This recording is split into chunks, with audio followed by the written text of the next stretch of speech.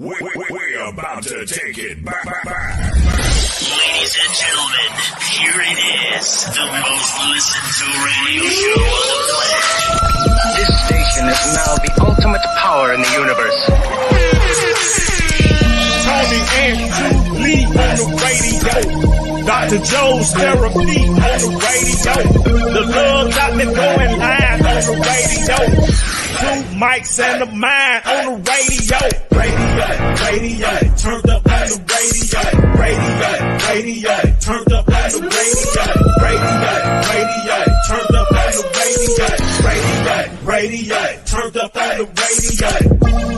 Two nights and a mind. Two nights and a mind. Two nights and a mind. Two nights and a mind. Hello. What up, everybody? How are you guys? Great. How about you today, madam? I am doing good. I am feeling good. I'm looking good. What more can I say? Oh yeah. Nothing more. Oh yeah. Let me ask y'all something. Is it cold out where y'all at? Yeah. Here we go. Yeah, it's cold. Resident Joe, is it cold where you at? Not really. In the house, it's pretty warm. Okay. The heaters. Okay. Is it cold where you are, Wayno? It's cold outside, but everywhere I go, the ladies keep telling me I'm hot. Hot heater. What's the temperature you have in there in your house? Oh yeah. What I got temperature? that thermostat set on 74. What y'all thermostat on? 75. 75. All right, we can do 75. I rock with 75. What about yours, Philly? I don't know. You had to ask Tony. I don't know. Maybe 74. I don't know. Everybody in the comment section, y'all rock what y'all thermostat is set on right now. Put it in the chat. Put it in the chat. What is your thermostat set on? Put it in the chat. Put it in the chat. Don't What waste if the time. parents said that they have an air conditioner on? Can you believe that? Who said that? One of my kids' parents. Oh, really? That's insane. Why don't they just open the window? Right? Yeah. Right. Yeah. Oh man. Yeah, that's okay. They could just open the window. 76. Somebody said 76. Uh-oh. Hot. Okay. That'd be too hot. That's hot. Woo! Because you want to cover in under the blankets, so you just Right. You know what? When I was in school, one dude invented a contraption. One of my classmates invented a contraption called a heated toilet seat. And I guess for times like this, when it's cold, you can sit on a heated toilet seat. It ain't that serious, is it? I don't think is a toilet seat cold. I guess if they were, we're gonna ignore the fact that he said his friend invented that. yeah, his College classmate. classmate. Oh yeah, college classmate. For real. Tony, please. I can't believe you. I want to see how old that invention is. Let me look that up. When You can was look it up. You can look it up. They did it for a senior project though. They did it. They did it. A heated Tony. toilet seat. Can you please tell me? Listen, it ain't make sense to me. I didn't invent it. I said that what they did. Yeah, Somebody said- don't forget we saw his grades. Who is It makes Lady sense Five? what the classmate did. Lady Five says call your classmate. Who is Lady Five in the chat? no? This was let me see. The first electrically heated toilet seat was manufactured by Cyril Reginald Clayton at St. Leonard's on Sea in Sussex. A UK patent was applied for. Hold on. That says UK. That ain't say nothing about US. What it got listed for the US?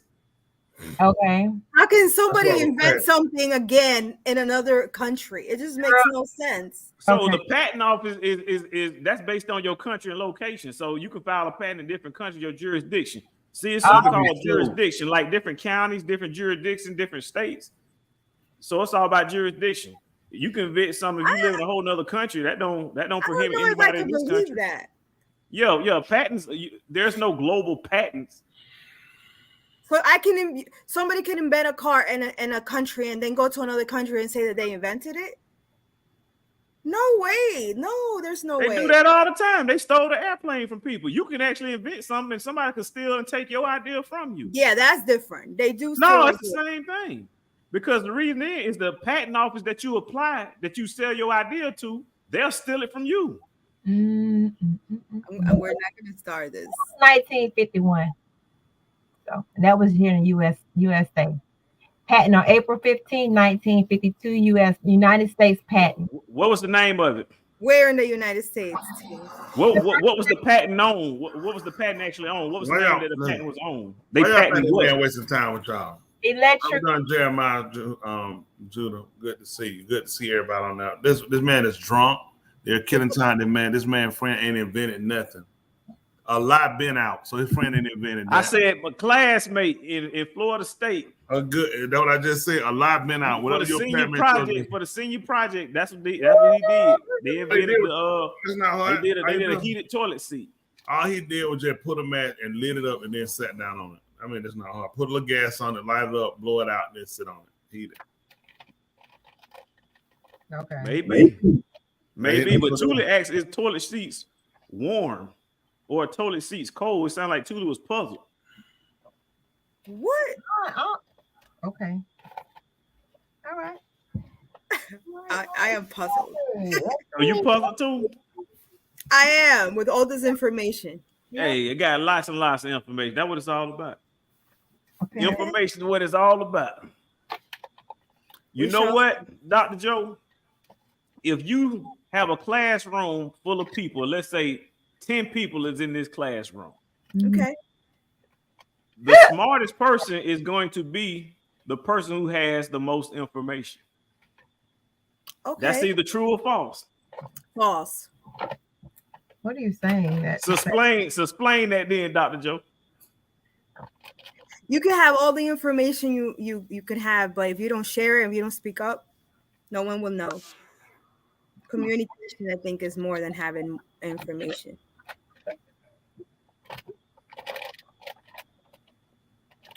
Tula, why are you smiling? Because it's a show. It's a show? We're on the show. I'm saying I'm smiling because I'm on the show. What do you mean? Wow, I was like, is that a show? I don't watch. Okay, so what's the, is it true or false? Explain. Listen to the concept again. If you have 10 people in the room, the person in the room who has the most information is going to have the most intelligent. They're going to be in a superior position because they have more information than you. They have more knowledge than you. Mm-hmm. That's life. In general, life is about information. The person who has the most information are put in a superior position. The people who have the least amount of information, they're inferior. So you empower yourself by information. I would say 50-50. Because they can't be 50-50. The lack of information. If you lack information, what do you mean? How are you 50-50 to someone who has information and you don't have any at all? Because some people can learn information, that's not what be we're the smartest about. person in that. That's not what we're talking about. We're not talking about the ability and the capacity to learn. I'm just simply saying, if you have 10 people in a room, the person with the most information is in a superior position, and the person with the least amount of information is inferior. Not necessarily. That's how well a person comprehends information. A lot of times people can have information, but the comprehension of the information is different. So it can be a person can have less information, but it's better verbally communicated and understood when it's dispersed versus a person can have a lot of information and their understanding of the information cannot be, as superior or, as I'm trying to figure what I want to say while I get some pumpkin seeds home for a minute. You know why? Bueno, I think is that way because what Tony's saying, because I've seen people that have had so much information but have not shared it and haven't gotten anywhere. But I've seen people that have less information but have communicated it a lot better and have gotten further than. So I don't know if it's always just communicating. It's how well a person uses it. You know, how well a person can use it. You know, there have been a lot of people with education and others and haven't achieved, you know, to the level or expectation for what they know. So it's about how well a person can, again, I guess, disperse the information or use it, basically, or even with dispersing, because you get a lot of time with people that'll do these seminars, which I hate. A lot of people do seminars a liar. Wow. When I say that, So you said, "Wow." they learn how to play people. They play word game. They sell people on more on what they can do versus what's practical. You know, like a lot of people go to these, go to these seminars, go to these events, pay this money. People don't teach them how to do something. I'm against it. I don't agree with it, but I don't want to stop other people hustle. I just don't. Most of the time, when people look at it, if you know something, that's not something you just give out to people. Not something you just give to people free, especially that's something that you're doing, you make money. That's a person trade. That's how a person make their money. What I know, if either I'm going to tell it to you or not, I'm not going to play a game of charging $39, $100, because I make more than that. So for you to give me $129, $300 sit down and try to tell you what I do is almost an insult. I'm going to tell you what I do to make what I make for $300. Not a good business plan. I give you a long, vague conversation. If you can pick in between it and decipher what I'm saying and pick it up, then you get it. But most of the time, people waste a lot of money with these. Had events going to these people, such make this amount of money, make this money, and they do this. Well, I tell them they make that much money. I don't think they got time to do. Kind of off on subject, but in line with people having knowledge and making a whole lot. Now people just learn how to use verbiage to make themselves sound intelligent, to manipulate people, to believe they're being told something when they're actually not.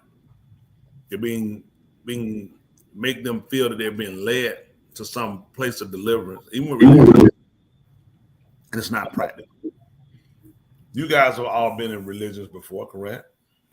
Yes. Yeah. What would the story they tell you? Have you ever heard a priest say, I don't know what I'm doing? This may or may not work. They'll say you're a hype in a dream. Mm. If you really sat down and talked with them, Yeah.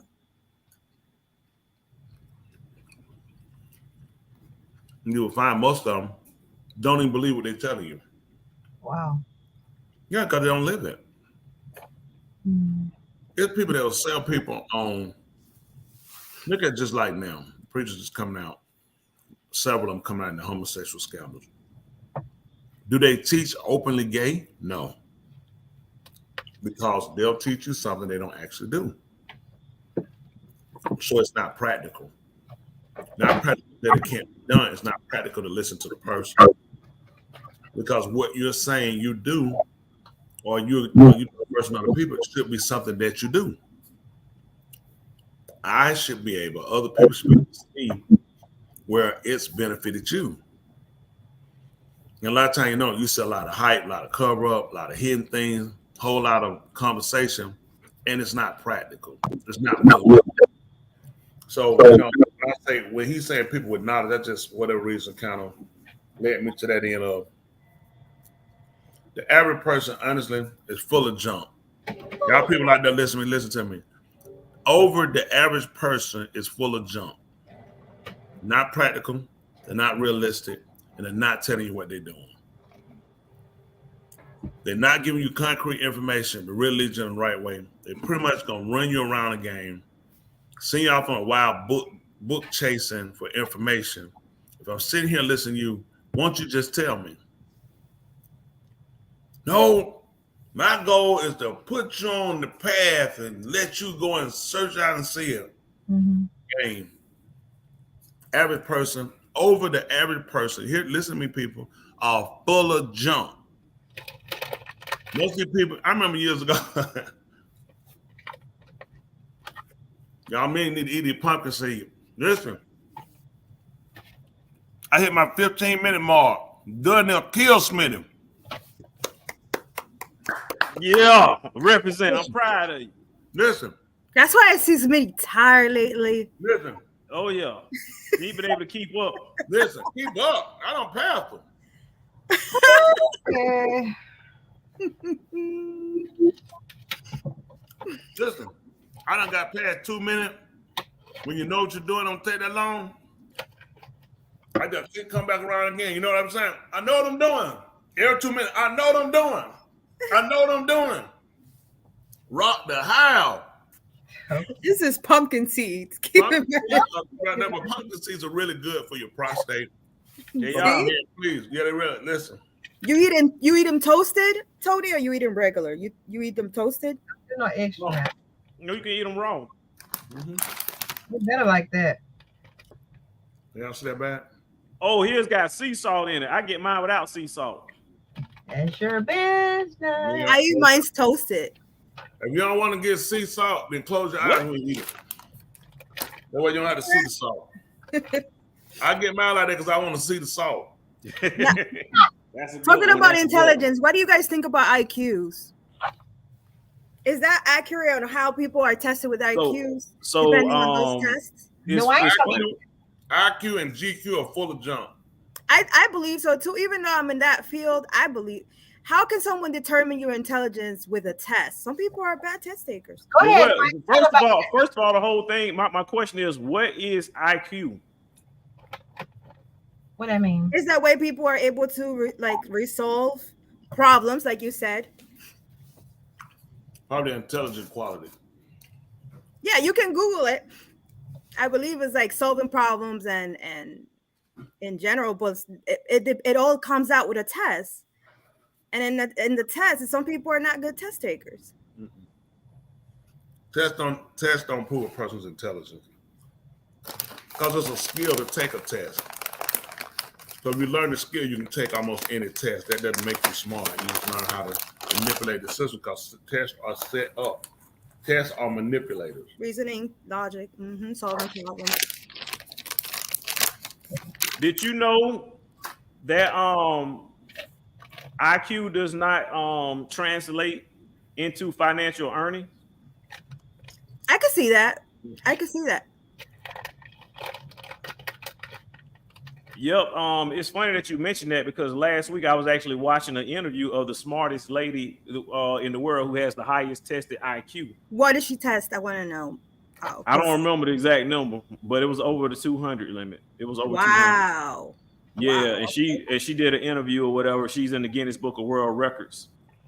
So I watched the whole video because I was curious about what does IQ actually mean? What does it actually test? And it all comes down to Problem solving. your definition of the word intelligence. And what I've known is that a lot of people, when you use the word intelligence, they have a different interpretation. Like I think Tony was saying, understanding of being able to learn a knowledge, and Dr. Joe was referring more so on the aspect of being able to communicate well and things of that nature. And it's almost like there's a broad perception of what the word intelligence actually means. So I think it'll be cool to actually look up the word intelligent. I pull up the word intelligent. Sure.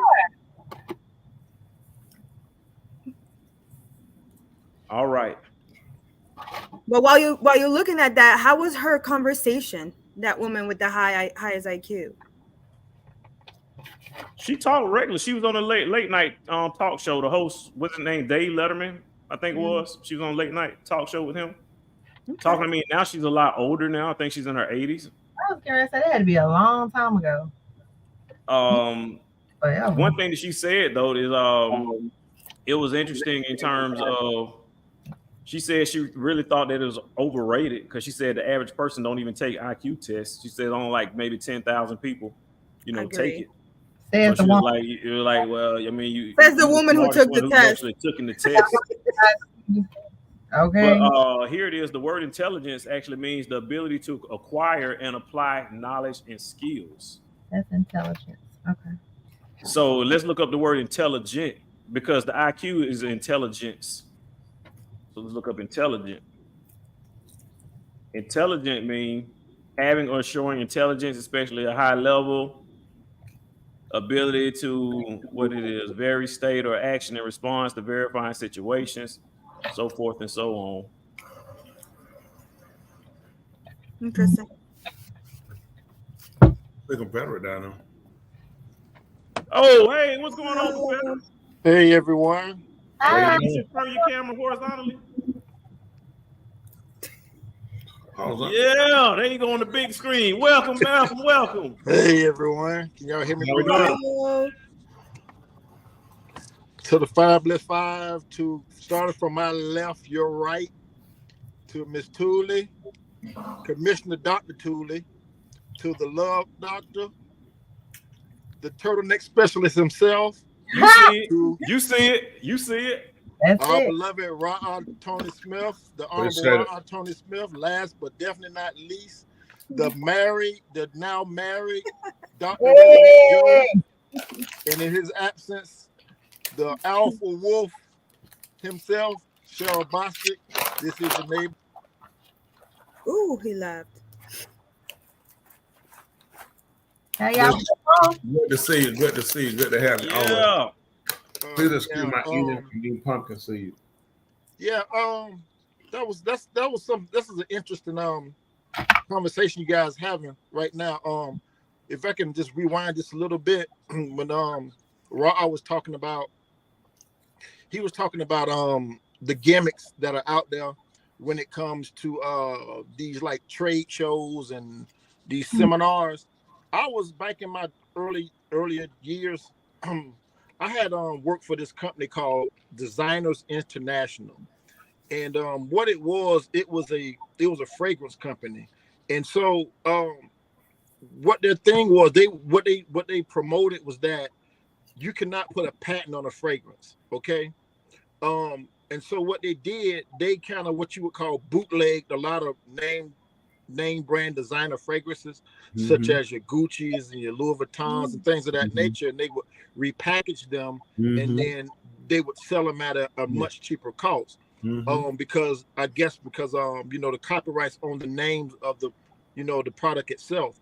But nonetheless, we took a class, and we were told to be assertive, we were told to be confident, we were told some other things to go along with that.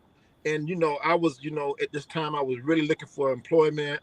I was strapped for cash or what have you. But after I finished my orientation, they gave us a starter kit, and I believe it was a pyramid scheme now that I look back. But nonetheless, so they gave us our inventory, and then they actually had individuals that would take us out to designated locations to sell the product. So my parcel of landscape was in the fine state of Georgia, where you all reside. Not so much as in the Atlanta metro area, but nonetheless, I was in Georgia. At this time, I lived in Florida, so crossed the state lines, and I went over, and I was, selling the product. So my landscape, my designated area was in a business area. So I went, and I said, you know what? I'm going to go check out this hotel, motel, hotel, what have you. So I go up to the hotel, and I just took it. I took in mind what I was taught in the class.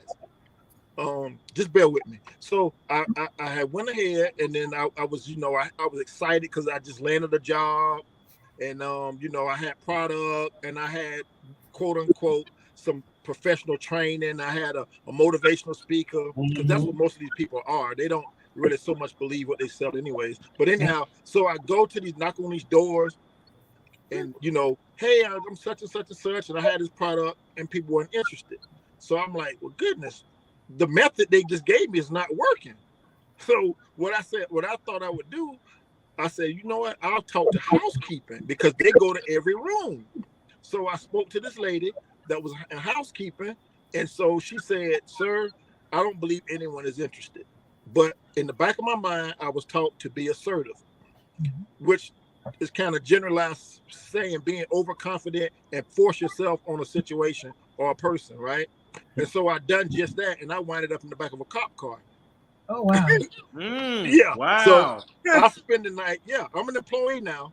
So I wind up in the back of a cop car in the state of Georgia, okay, and with my product, my inventory, my merchandise taken into evidence, okay, and so now I'm trying to call back to Florida to try to get somebody to come bar me out of jail, because, you know, hey, I'm an employee of Designers International, such and such and such. Make a longer story shorter, is that at the end of the day, it was a Ponzi scheme that they were just going around recruiting people, selling merchandise, and I was charged with trespassing. I was charged with, you know, because at this time it was not posted, no soliciting, but, you know, I was on the property soliciting, I was trespassing, and I had a bunch of misdemeanor charges, but through the lenience of the court, they let me go. My point in case is like I said, people will sell you something that they're not even affiliated with, you know,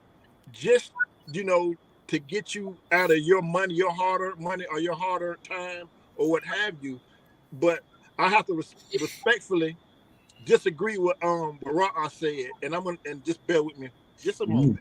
No, Barack had said in a class just a couple of days ago, at least that's when I caught it. He said, I'm really not that smart. He said, but what I'm able to do is I'm able to articulate this word, and I'm able to do it with the kind of Mr. Yahuwah, right? But supersedes man intelligence. I believe that's all of Corinthians 1, that the foolishness of preaching, you know, confounds the wise. So, please, which brings me to this: people claim to be intelligent. If they were intelligent, they would know that we have a creator. He's not playing. He's upset, so forth and so on. But that's just my take on it. But I'm just glad to be here tonight. I know I said a lot, but oh, you're great. You know, we always glad to have you on, and I appreciate what you said. Like a lot of these people, they're not honest. I try to be honest with people. I won't say not to. Wasn't practical. Yeah, well, and I watch a lot of scams. What awakened me years ago, Tuli and I, we owned a lot of different businesses. We own a few businesses now, and from hard work and not ripping people off or beating people, manipulating people, and we lost a lot of money. I tell people, you don't get better, you will lose a lot of money, a lot of time, a lot of sleep. Yeah. But we kept at it, and we've done a lot. We started with LCI. Remember that? Somebody we did LCI. Long distance. We went out here. Had this guy to get up. This lady got up. She talked. They tell about the millions she made. Of course, this is, you know, electrifying me. She made millions of dollars. And what she's done. And then it was just talking about it. And, you know, this guy was the doorkeeper. He let us in. And, you know, see him. So they come in. They talking about the companies, the employees. They tell us about the person. They started. I always say, I started out like you started out. Somebody's phone reverb.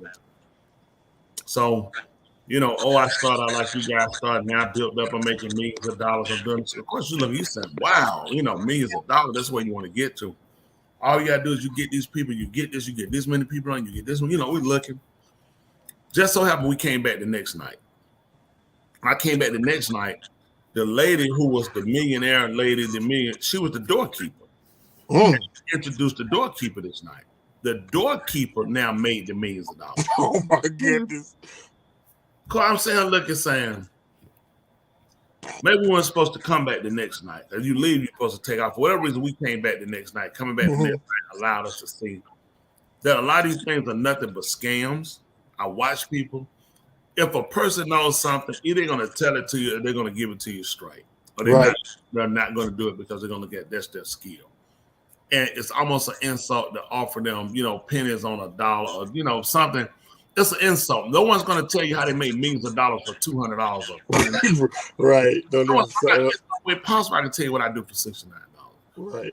I couldn't even bottle in what I do in enough time to tell you, because these are things that if you make money, you're making money, there's no way you start out just making money from one thing and took off. So this is something you got to fence down.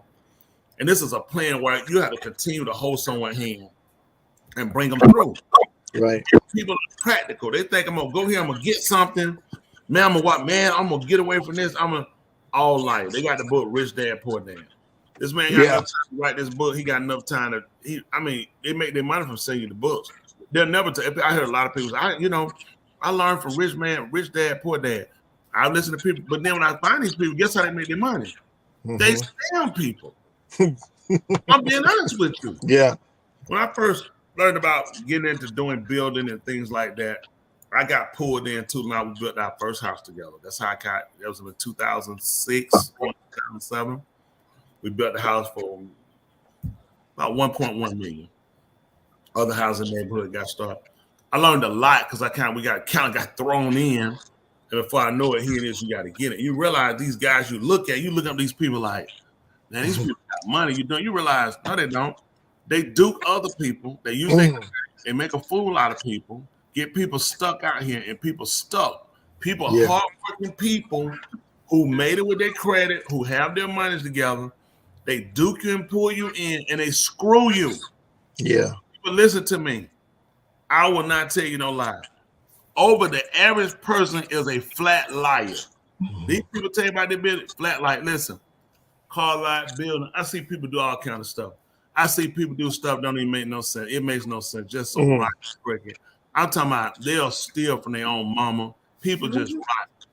Telling people the truth will not make you rich. I work. I had to maneuver. I had to do so much stuff. It's ridiculous what we've done. But, and people will hate you for that because people want you to be like them. Right. It's hard. It's hard work to get out and do your own. You can do it. A lot of consistency. You listen to people. You just can't use everybody's advice. Right. Everything I tell you, you don't have to take it. You take it along and measure it up against everybody as you watching what you see. And I make sure this. I can lay my head down on that pillow at night, and I know I ain't screwed nobody. Right. I know how I got my money. You've always said I don't have a relative that I duped on no insurance policy. That's right. You know what I'm saying? I don't have it. I got some older member who signed over their house to me, and I sold it. I'm just telling you, you got to be able to sleep at night. You got to watch people groups. Because you have integrity, it's just things you look at. Right. I have to disassociate myself from people. I have to make sure I stand out. Yeah. You're going to meet more people that seem shrewd. A lot of people look like they got it. They really don't. They're liars. Yeah. I walk around daytime, I have a jumpsuit on, a ring, a bracelet. I had a guy tell me, he said, let me ask you something. He said, I watch you. He said, you never say nothing about you. He said, I watch you. He said, I ain't no fool. I know you got something. I said, interesting. Because I watch you too. This baboon, listen, monogram sleeves, monogram, Louis Vuitton, the whole nine, the hat, the bag, the whole nine. That bastard owed me money. I just watched these people. I was like, what do y'all get out of this stuff? You not scared somebody gonna call you out? I'm not laughing at you, bro. No, I know you're not. Listen. I say me. This is how I walk around. This is how I do it. You know what? Ask them people. Let's ask them. Put in that comment section. Say, how much do preacher ask to borrow? And watch how many people respond. Go on YouTube. Man, I don't listen. I watch people listen. Man, they waste too much time trying. I done seen the end of that stuff. You take your time. You just do what's right. Listen. I struggled. I drove a car, that thing used to smoke so bad. I had gas. I didn't have a lawnmower, but I had to take care of them. They laughed me. Listen, they laughed me down. My wife went in. I would help people drive that car. They laughed me down. They don't laugh no more. They don't laugh no more. The joke's on you now. But you know what? And I'm telling you, you gotta, if you're gonna make it, stop listening to people. I don't listen. I just don't listen. I don't want to listen to because I know it's a bunch of junk. Tell people the truth. You're gonna get out here, you're gonna make it. If you just get a comfortable living, to make a living is great. Don't get out of that $1 million junk. All that all $1 million gonna do is cost you $2 million worth of problem. Please, I'll see you. Anybody gonna tell you, they're gonna tell you a lie. Any money you make, you're gonna have to work extra hard to keep that status and to make more. And there's less time. There's more time you chasing behind it. There's the more money you make, the more grimier you find out people are. Mhm. And it's repulsive. It's Mm. disgusting and it's discouraging. Yes. Learn to live comfortably. That's Learn to live to where, you know what, I'm satisfied. My wife, it don't take me a whole lot to make me happy. Let me tell you something. Tula Chicken made me this weekend. She'll make me. I eat me some turkey necks, some rice. You don't have to, and some butter beans. And man, I'll be happy. I mean, That's Oh, I ain't had no butter beans basically in so she's long. Wow. she's requesting that. Hey, is butter beans and lima beans the same thing? no one Sort of, kind of. lima bean what I want. The lima, not butter. Butter Okay, beans. okay, all right. Oh, lemon. But I hadn't eaten no butter beans in a long time. But let me say this. It don't take me a whole lot. Listen, I got a restaurant I go to. We cook it on the table. I probably say I put a video. I go out there and eat. They say you eat that all the time. I love it. It works for me. I'm happy. I'm satisfied. Listen, I tell you no lie. It ain't too many places. Matter of fact, this him. They ain't got no place on their planet I can't go and eat. Whether it's fly to get there and eat it. It don't exist. It don't exist. But I tell you what I learned to do. I am content. I am content. I am happy. I can sleep at night. I got my health and strength. My family's alive and well. The members, I got the people. Listen, I am content. I am a very happy man. When you need money to make you happy, you have other problems. Yeah. You start chasing the dollar, you have problems. You need to learn to be content with yourself. You need to learn to appreciate where you are. So when he elevates you, you learn how to accept. When he holds you in a position, you learn how to accept. If he decides to abase you, you learn how to appreciate what he has done. That is a wealth. Listen, no man can teach you that wealth. It won't. Listen, he could never charge. I would never charge you for that. I'm happy. I listen. Y'all hear me? Yes. I'm in a good place with my creator. That means more to me than anything else. Now that's true, and you ain't had to pay a dime for that. But we're gonna hit that cash out. We still try to get that money for that turd. But this is what I want to say too. We're gonna move on. Y'all, whatever you want to talk about, little daughter, whatever y'all want. On the side of that turd, Tony. Yeah. That- Here we go. We are I do have 3 places where we can donate for these children. Let me say something. You do that before you say it. I appreciate it. I want you to say it. I'm very disappointed with you people. Let me say this. I'll tell you why I'm disappointed. I watch people give money, and of course we were humans. We want to see, being fun. And I felt, husband, wife break the money. I understand it. Of course we having fun. Let me be honest. We're really not trying to dupe people out of nothing. Honestly, we're not. It hurts me that our kids aren't more important than the humorous stuff that we do. I was serious about it. I'm gonna donate money toward that. I just want to find the right organization that's sincere, that's really going to help and fight for these kids. I don't want to do this one time. This is something I will continue. I will make this a bill to help these kids. I was a child. I escaped from being molested, never from my parents or anything. Wasn't no long time abuse or anything like that. But to imagine a child being trapped, being kidnapped, being tortured, being passed, I couldn't imagine. Can you imagine 10 people having sex with y'all in the daytime? No. Do you understand where this puts you at mentally? This is every day, nonstop. You're crying. After a while, you're numb to crying. You're just numb to life, and you grow to just hate and even hate yourself. Yeah. And the fact that you guys just gave some, I know, so well, I ain't really got it. Oh, listen, not trying to scam you. I post on Twitter. You said even when I get a chance, I always put do what? Save our children. Because I care. Mm-hmm. And you people say here you gave crumbs. If somebody grabbed your child, how much would you be willing to spend? How much would you want me to put? If it was your kid. Yeah. We should be going after these presidents, these city council. If you got 60 billion to send to Ukraine, you got 60 billion to recover our kids. Right. Give me those weapons you give Ukraine. I'll get our kids. Yes. Yeah. I'll scud missile every one of them bastards. I never understood that. We ain't got the money. So I'm gonna be honest with you. I'll harm you. Y'all hurt me. Y'all hurt me. I was disappointed. We asked for that money for the kids. Now, Joe, I'm good with that. Wherever you at is where you at. Tell us about the organization. I found 3 organizations. I am looking for one that helps in general throughout the whole United States. Hold on. Confederate, put yours on mute for a second. I think the Okay. Okay. See you rest. Yeah, there you go. I think it's got a reverb noise. So I'm looking for one that helps in general the kids of every state.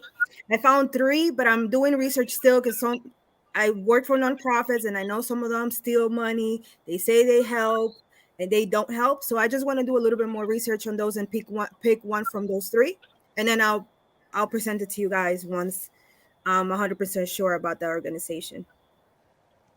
Thank you for doing that research. I asked her, and I appreciate you. Yeah. Yeah, we greatly appreciate that. To do that, she's busy. She got her own life. She still got to make a turd. And she did that. I asked, and I appreciate it because I really care about it. If you haven't watched, can you put that movie, the title of Love Doctor, so people can see where? I need y'all to watch that movie. If that don't do something to you, you got an omen inside you. I mean, that movie. Have you seen it, Confederate? I seen the trailer of it. No, you need to listen. The trailer. Can you show the trailer? Listen, the trailer don't do justice to watching the movie. Now, the guy who the movie was about, he stepped down from being the CEO of the company.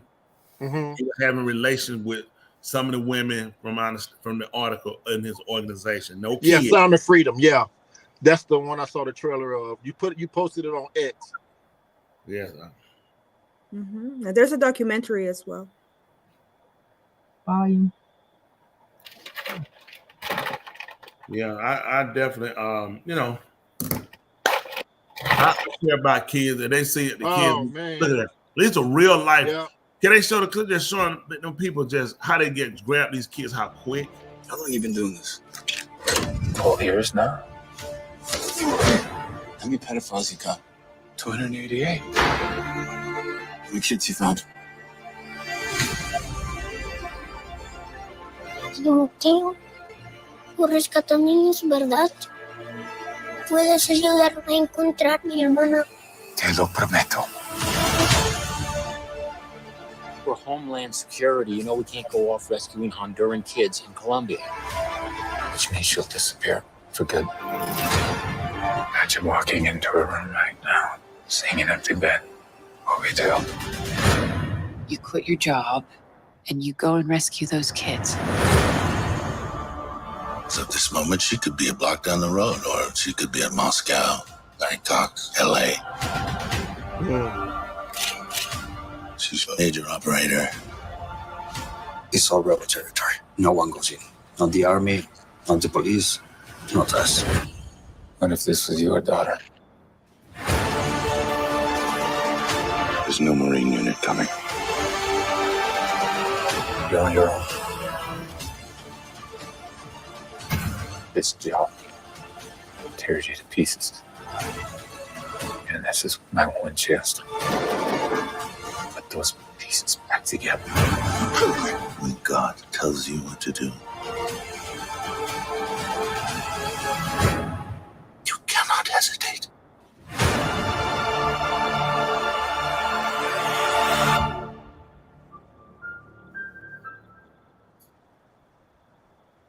Listen. Yeah, I did see that trailer. I think you touched on it too last week a little bit about the children being abducted. I did not know that outside of the so-called Afro-American Black children, that the Alaskan indigenous people, as they would call them, the Alaskan, the Indians in South Dakota, the Dakotas in Alaska, there's a lot of child abduction and a lot of missing women and children come up missing from from like Alaska and stuff like that, and the Dakotas, and they say a lot of them get transported through Canada to Russia and other parts of the world. So it's disheartening to see somebody that would take another life and then mishandle it.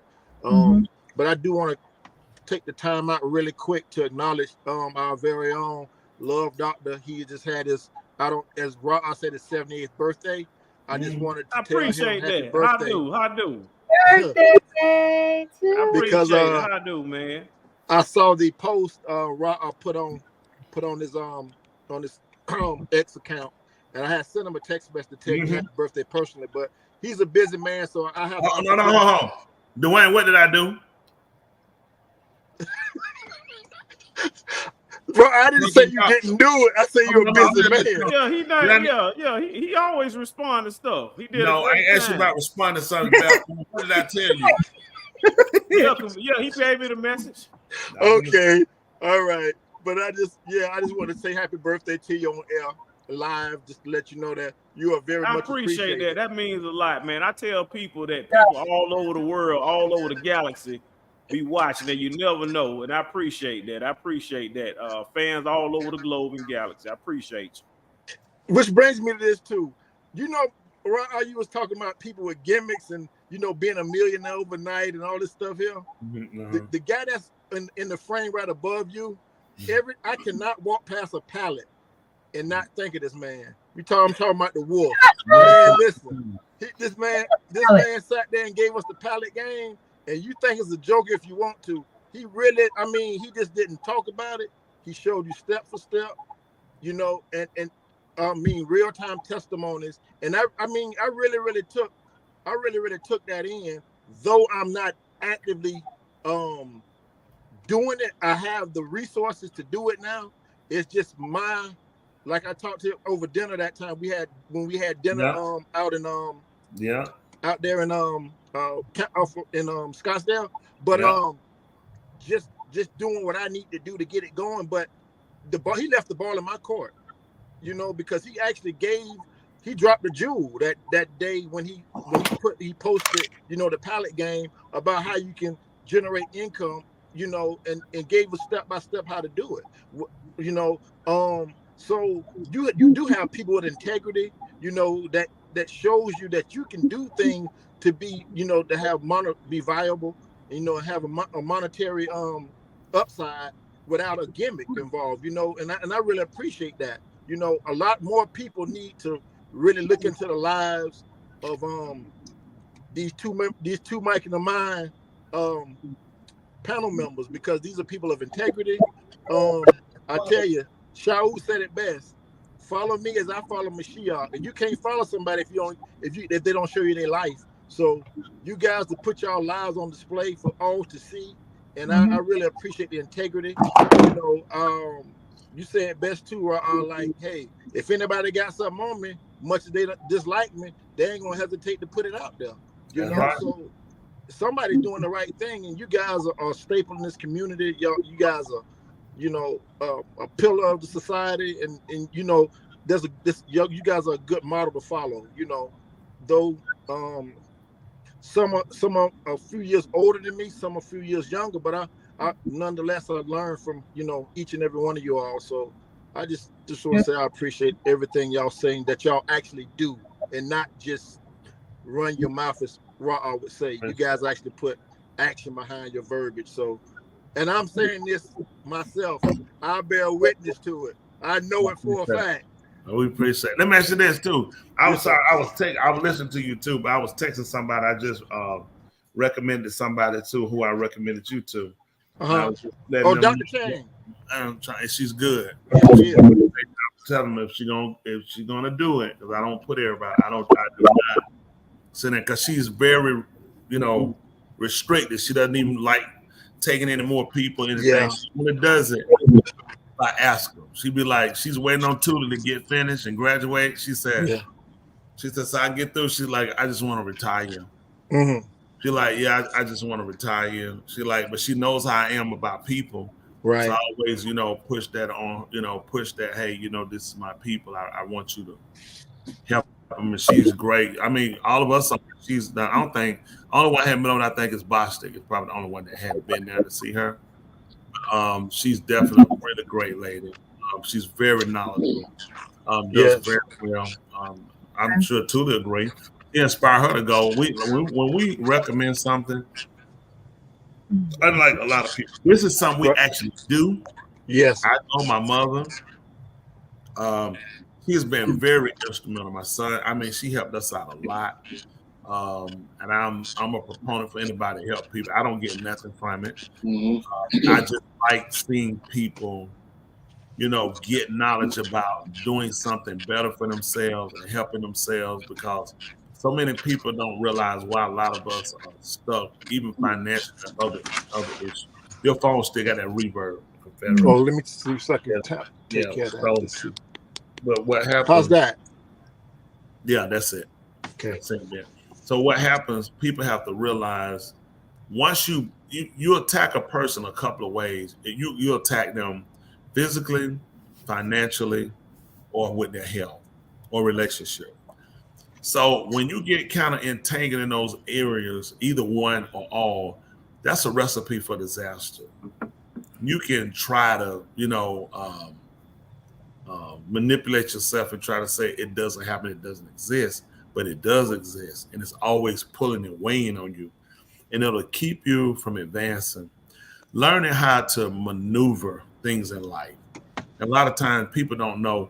I use some illustrations with the Adar, with the congregation, Kahal, about even with court, it's about moving the court. You have to learn how to move things. You know, he even told you if you speak to a mountain, it'll be moved to heart. If you don't know how to move things, there are a lot of blockers, even with internally, even things naturally, like blood pressure. It's things that come in that are blockers. And you have to learn how to move them in your life. You have to learn how to move them ruach spiritually. And you have to learn how to move them in relationships. Right. And when you don't, these blockers will head you in. And that's why, it's so important for, people to learn how to maneuver things, learn how to take energies instead of fighting energy that comes at you, learn how to manipulate the energy and use the energy to work as a force for you. Right. Even when you look at your code, y'all remember he wrestled with the Maliki? Oh, yeah. He could have kept wrestling, but he learned how to maneuver and how to hold to it until he got what he needed. Right. Sometimes with us, we let go or we'll keep fighting and we never get what we need. So then we'll kind of live in a situation where we never advance to better. So it's so important to learn how to use things that they work for you instead of everything working against you. We get people like everything's against them. It's because of how you use them. So just leave that out there. That's all. It ain't for everybody. Just yeah. So what else we got going on? We got the prelude to the primaries with the three candidates, Trump, Nikki Haley, and DeSantis. He redirected his campaign to South Carolina, which is he's trying to head off where Nikki Haley's she's originally from. I guess she was a public figure in South Carolina, so I think that was strategic, sir. She was a governor. Okay, of South Carolina, correct? And then she left to go to the Trump administration. Okay, so what happened is that's something new to me. Well, DeSantis decided to leave Iowa since he lost in the caucus in Iowa to go to South Carolina instead of going to New Hampshire. So now they've changed the demographic and the landscape of how they campaign. In my opinion, everybody's they've gotten away from the traditional those traditional forms as to where they do the debates. So everybody's pretty much doing their own thing. Like so I think I kind of find that quite interesting. Even though we already know it's predetermined for Trump to already win, granted, if he doesn't get anything criminal that can stop him to be arrested and to win the presidency. So I find that quite interesting that he's playing a balancing act of sorts where he's campaigning and fighting the legal system with the taxpayers' money, which I think that's kind of when people do what they want to with their money, I think that's kind of idiotic. But I guess where you put your money where your loyalty is, So I figure that's kind of interesting in itself. I think it'll come down to. I don't think Trump will wind up winning the nominee. If he can't get Colorado, if he can't get those other states that's looking to ban him from their polls, that'll Right. him. And even people that back him will look at. It's not going to be advantageous to continue to kind of support him. So it'll come down to Nikki Haley and DeSantis. It might wind up being Nikki.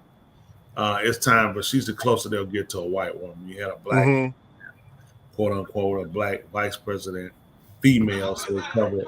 It looks like that's kind of close back to back. You just left a black president, and you come in with a black vice president versus a white one. So I think they'll look at Nikki Haley be the closest they'll have to represent white, even though she's a Indian nationality. I wouldn't put anything past these people. Either way, if it comes down to Joe Biden and Donald Trump, it will be the biggest mess people seen. It'll be a remake of what we went through in 2020. Right. Mm-hmm. So I want to ask you this, and I would like for the rest of the panel to chime in as well too with their thoughts or just whatever. From my understanding, Trump he hasn't officially said that it's his vice president running mate, but that annoying guy Haswami, what is his name? Yeah, Salami. I think Salami is going to be his vice president on the ticket with him. I don't think they'll get him. I think he's a little too. They're not ready for him. He's a little too young for white people. For the people that make the difference here, I think they'll look at that. For them, he's a little still too young, a little wet behind the ears for them. And I think maybe he backed out of the race because he saw his poll numbers, but closed his mouth and moved on the chance of hoping to be one of them vice president. So wouldn't he have to take one of those two to be his vice president on the ticket because no one else on the ballot? No, you can pick your own vice president, but typically your party picks it.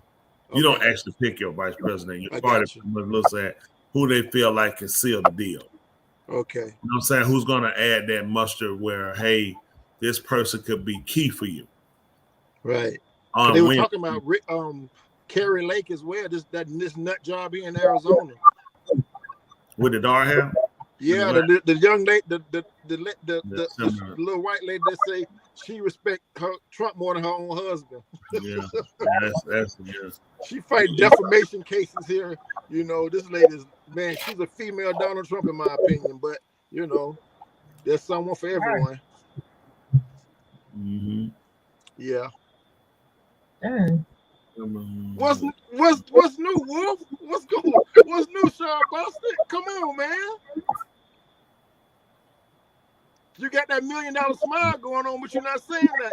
I was on mute. I'm sorry. Mm-hmm. I'm sorry.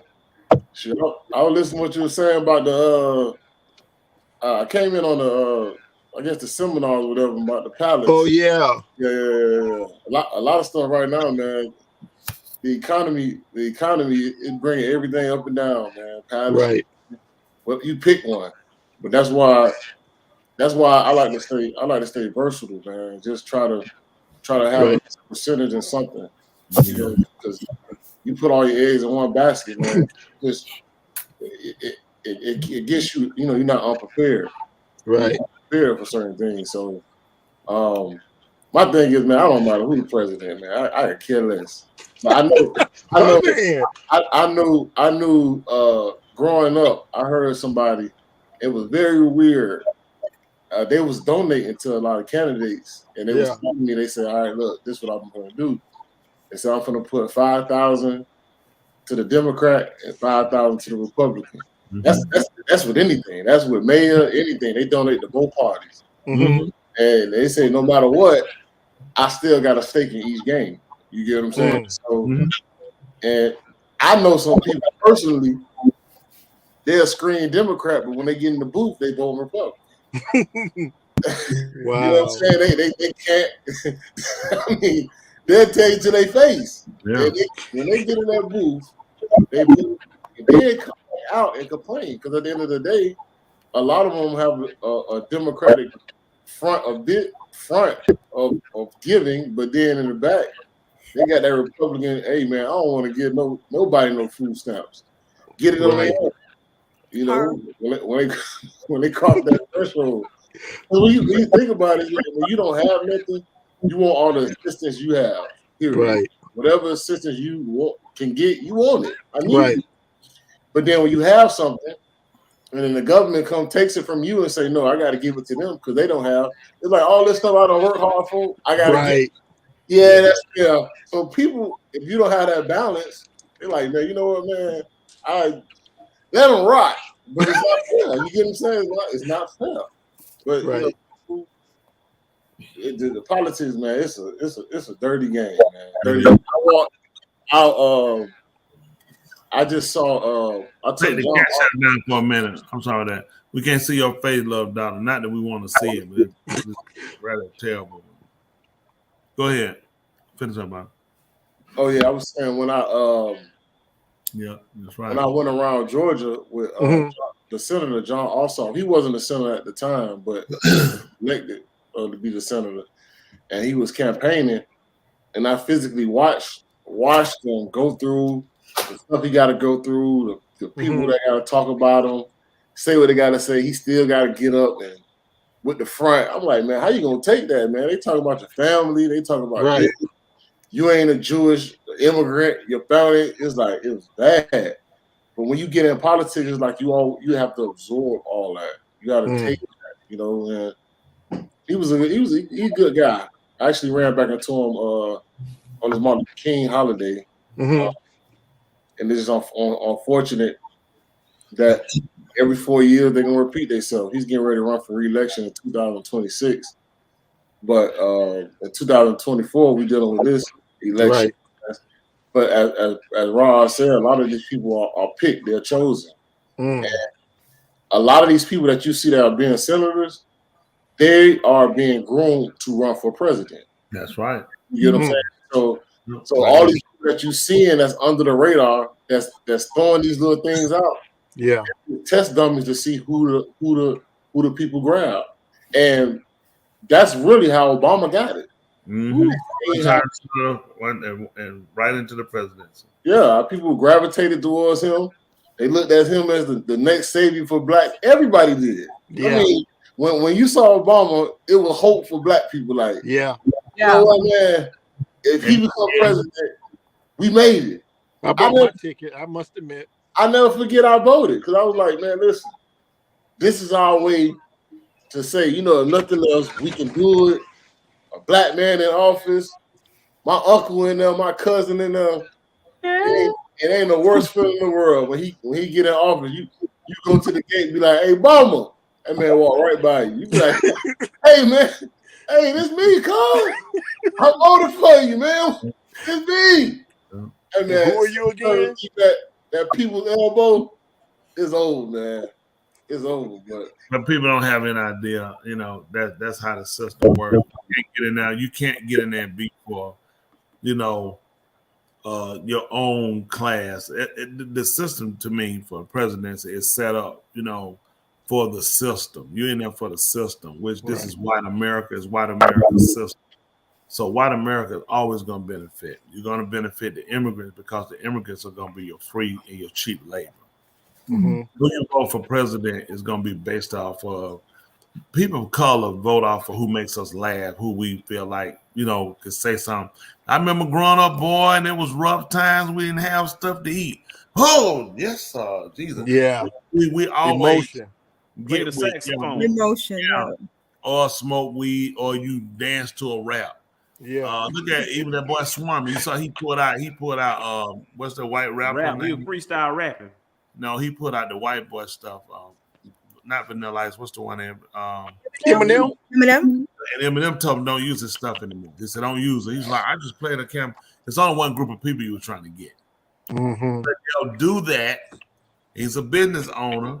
And other thing, he's smart in that, but they look at it to get people of color, you manipulated. Trump won first time. He went to what's that in Michigan, the church, Wayne T. Jackson Church. People forgot about that. He ran to the black church to get the black vote. And the black votes came out, thought Trump would be for him. All these people just are mostly rakers. With white people, they vote based off of the economy. When you look at these things, you have to look at the dollar. How's the dollar going to affect you? Who's going to make the dollar move? We don't understand that premise. We look for the welfare dollar. The welfare dollar is not the money. The welfare dollar keeps you trapped. It doesn't allow you to make money. The welfare dollar allows you to say, hey, manipulate, just stay here and lie about your life, and I'll give you this. Stay out of the way. You can advance with it. Somebody, I think it's your phone. That thing crunching. That's my mistake. Yeah, it's so much. One of my close black friends didn't vote for that. Yeah, I didn't vote for Obama. I didn't. I just never. Or him, Wayne T. Jackson, the butt hunter. That's him, butt hunter. And these guys made a fool out of people. And you have to educate people. People don't know. Like people call it, you vote for them because they for black people, but you don't vote because somebody for black people. You vote because you got to look at how things benefit you in the direction that you're really trying to go. A lot of these people, like even with none of these parties actually work for us. You have to learn how to get it's kind of like a bus. I've told y'all before, I grew up riding the city bus, and with riding the city bus, sometimes my bus I'd be like, this bus almost it was almost there, and it'd turn and go all the way somewhere else to take me somewhere else to catch another bus who's going that way. Mm-hmm. So you realize in order to get where I'm going, I have to catch these buses, and I can almost get there with this one, but then it'll go off. But you know what, preacher? You know what you got to do? You got to get off and walk the rest of the way. Some of that, yes. You gotta. The thing is, we ride the bus too long. We ride. Well, yeah, but again, now it depends how far. I'm saying, if you just keep going, it wasn't necessarily walking distance, and you can learn to get off, or you learn to realize that these people are only going to take you so far, and then they take you off. Mm-hmm.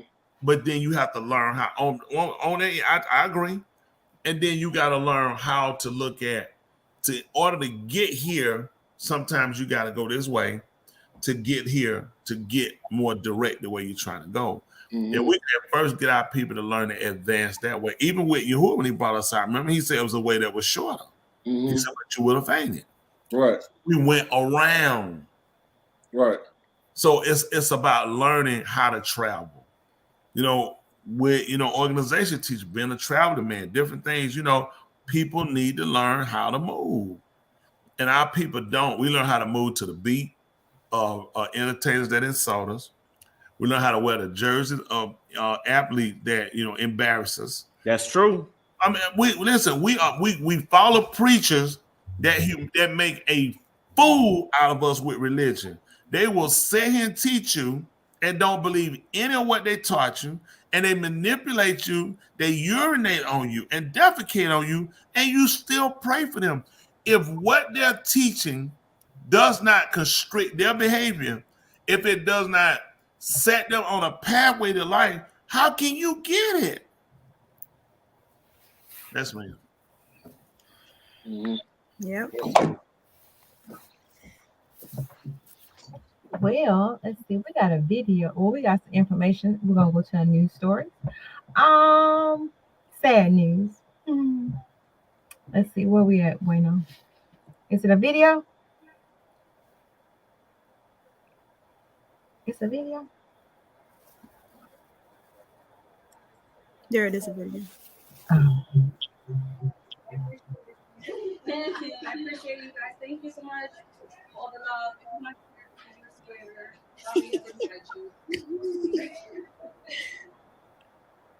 What now? This young man. Isn't that sad? What is? That's sad. That's all she knew what she got. I thought somebody died. Yeah, she does. It was another one too. One of those ones that Minister Bassett sent. I didn't put it over Dwayne. Mr. Bassett, can you put yours on there? I don't know how to which one was it? I don't know how to put it. Let's see. The thing that hurt me, I'll be on my computer when I'm on here on my phone. Is it about impregnating all this woman as well? No, not that one. Found a student who's that was mine. Oh, we had one too in reference to the students that's been the 9th grader. I think he's gonna be in 3 years. Yeah. Oh, that is crazy. Let me see. Y'all went on. No, I don't have an article unless y'all send it to me. Oh, okay. If y'all can post in the private chat. It's in our chat, man. Man, this I'm not. it don't make sense. It don't make sense, man. Like we have a Telegram, right? We have a Telegram. So we also have Well, a man, I don't staff remember the meeting video. It's at been a the long beginning time. I remember I got on it. We also have a staff meeting for everybody on time before the show so that we can prepare. Y'all can let me know what y'all want to do ahead of time. Hey, are you trying to throw at me? Because every show you running late. I got text messages. So you was late because I was actually on time. That's true too. We ain't got no staff meeting. We always have them, but no. Y'all, see, you the type of person you the type of person want to have a meeting to schedule the next meeting. I ain't got time for that. Hey, so I don't have Facebook. So if y'all are sending links in the chat, I can't open it up on Facebook because I don't have one. Hold on, wait. I think I'm finna get. I'll get rid of it. Okay. 1 sec. Let me just share. I think this is it. I really hope this is it. But in the meantime, what is this woman crazy? Allowing the man to impregnate him at the same time? I'm sorry, I just couldn't. I don't know. This is what's wrong with these people. People just here these days. I just don't know. We just said it. It was like, all right. Next, I'm like, What happened? I mean, I don't. So this video is 17 minutes long that you sent me. Okay, well, we ain't got to do it 17 minutes. All right, well, I'm just gonna play it from the beginning, and whenever you want to stop, just tell me. Yes, sir.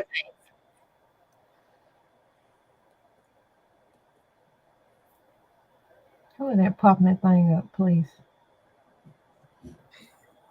What are they doing?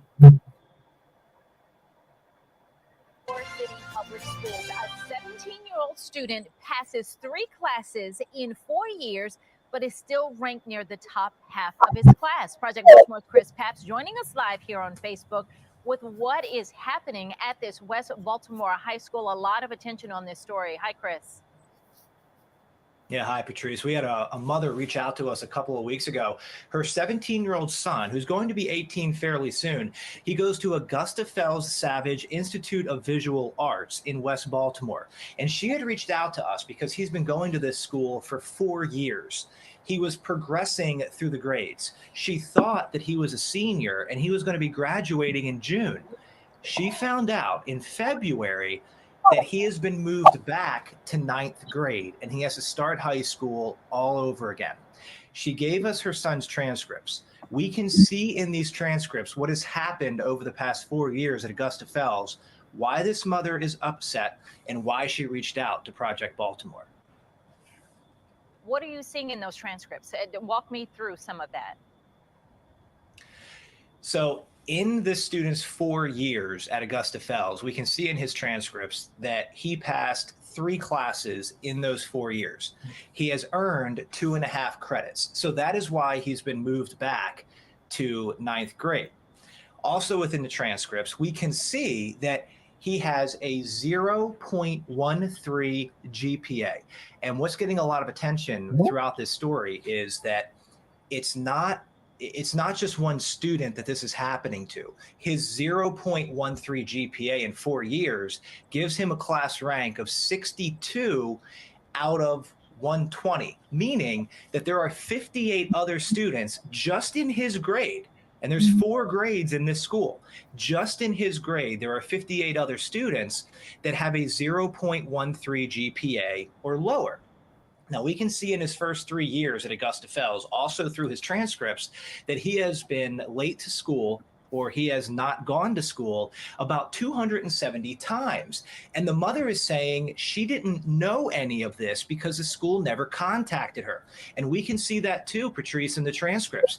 We can see in the first 3 years, despite him passing 3 classes and despite him being absent or late about 270 times, through all of that, one teacher requested a parent conference. And the mother is saying that that parent conference never happened. And there's one more aspect that we need to point to here that's very important, is that the mother had been saying to us that she didn't know. And part of the reason that she didn't know is because her son was progressing through the grades. Even though he was failing the classes, he was moving on. So through the transcripts, we can see he failed Spanish 1, but he was moved on to Spanish 2. He failed Algebra 1, but he was moved on to Algebra 2.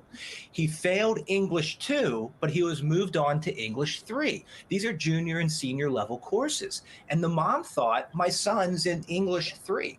My son is in Algebra 2. So he's doing well. And then she finds out that he's struggling. all right, so this raises so many questions, but let's listen. I know we have some sound from the mother. Let's hear from her.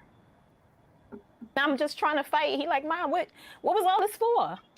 What did I do this for? Like, don't he get a chance? Why would he do 3 more years in school? He didn't fail. The school failed him. The school failed at their job. They failed. That's the problem here. They failed. He didn't deserve that. He's a good kid. Like, he didn't deserve that. Where is the mentors? Where is the help for him? I hate that this is happening to my child. You're the problem. And obviously, listening to her there, Chris, you can see that she's upset. You can see the pain. Them nails, and that conversation. She the problem. She wants to blame. There's no way in the world you didn't know your son missed 200 some days. And come on, report card. You didn't care. She's the problem. That's right. And the one Charles Bostic sent, it said he missed how many days of school? And you don't Look at that picture. Like 180. The weave, the fingernails, the fake gold chain, the caricature of black women. Look at that. The kid doggone disgrace. The kid is all that is. You should be doing. Wow. Where are the mentors at? Where's the mentor? The mentor supposed to do his work? The parents are supposed to do their part, last I heard. Something's coming home that you know. He's been so detached from his school performance that she ain't even know. That's how detached she is from it. She need to sue. Also, let me say this though: the school needs to be sued. There's no way. I'm gonna tell you something. That's if we take her story as being the truth. I bet them teachers got receipts. But let me say this. No. Their schools are like that. Should have never made it to the 12th grade. So yeah, it don't matter. That's a problem though, Dwayne. What the mother should have been upset about? It should have been, I didn't even know my son was still in the 9th grade all these years. Not he's a senior, and now they're moving back to 9th grade. He'll only get 2 years at 19. They'll have to withdraw him. He only has 2 years to get this work. He's not going to be able to do it. He's too far behind, and that has mostly crushed him. Preacher, repeat what you just said about the last part. You said not that he was a senior. What were you saying? I don't remember what part. You was like, it's not that he was in the 9th. He'd been in the 9th grade for 3 years. It's the fact that he was a senior. He was a senior. That made no sense. How did he get to the 12th grade? Right. He should have been. It should have been. She just finding out. It have made, but it was still her fault. It should have been. My son has been in the 9th grade all this time. I didn't know. I think it's verbiage. And then she wants him not to repeat his grades. Yeah. Why should he repeat his grades? She wants him to graduate because she knows everyone's looking at her. She knows she's in Baltimore. Baltimore's a place where the crime, the education, the drugs, the violence, and she's thinking, "Oh, I'm going to get him out," and you're not. And they put him back to show you didn't pay attention. There's no way in the world she couldn't have known this. But the schools do that. The charter school I was working for, they closed 2020, Metz Charter School. I was doing counseling, and they will force me to put the grades there 55, 65. So they can look good. And then the kids were not doing well. The kids did not know how to read. They did not know how to do math. And this is high school. And they put you through the system. And there were Black and Latino kids only. There was one white kid in the whole school. No parents came to complain. Nothing. So then a white teacher and myself reported this. They came to check, and they closed the school down. But if it wasn't for that, the school still be there. So the schools do that. Jessica Rodriguez. Yeah, she. I feel so bad for that kid. So, That so kid is what you got to look at as a parent too. So are we to say that he actually passed elementary and that he actually passed middle school too, and all of a sudden he just started failing in high school? Who knows? Poor kid. I think it's actually verbiage. When they saying pass, like he going to the 9th grade and he going to the 10th grade, he's really not passing at all. Poor kid. I feel so bad for this kid. He just had an opportunity to take all the classes and fail all of them. So you know, He wasn't learning. But when you look at the parent, that says it all. When you look at the mama, that says it all. I blame it on her. Look, that man never had a chance. No, that's not true. I know moms are dressed like that. And they're look at that picture. That man never had a fair shot. Look at that. He have a chance in life. I think he doing Right, you can't say that. You missed 200. You missed 200 some days. You can't say that. You don't miss 200 some days. And she didn't know that he missed one day. He done missed 200 some days, and his mama didn't even know. Yeah, that was that's possible. Again, the school didn't notify her, but she should have been looking at report card. She knew. Her son was sitting at the house the whole time. Let me insert myself just briefly. I got a question and a statement. Okay, so I'm kind of lost on this now. I'm not being funny. I'm just asking a question because I honestly don't know. So when it came time for him to take like state exams or exams to pass, was he actually failing, or he passed when it was test time and it was a fact of his attendance was the part of which lowered his grade point average? And I'm not asking this to be, you know what I'm saying? They three classes. I don't know. No, they said he only passed 3 classes. I guess the whole time been in high school. Yeah. He only passed 3 classes? According to what they say, he only passed 3 classes. So what was his attendance? What was his attendance in the 3 classes? Were they compatible with the other classes he did not attend and failed? The classes could have been PE. Yeah, well, I did see one of them was health ed. So I don't know. So he was selective with his class, with going to his classes, right? Well, he did what he could do. He in Baltimore. Right. So, which brings me to this. Now, the mother has to own a per share of, responsibility for the child. She not accepting no responsibility. She pointed fingers. They fault. They failed. They didn't help. They did it. They did. But what happened? Let me say that. The system failed and we failed. Both of them failed because one thing too. Let me say that.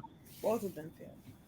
Blame the school because of somewhere in the administrative part, people didn't take responsibility. Those teachers need to be fired.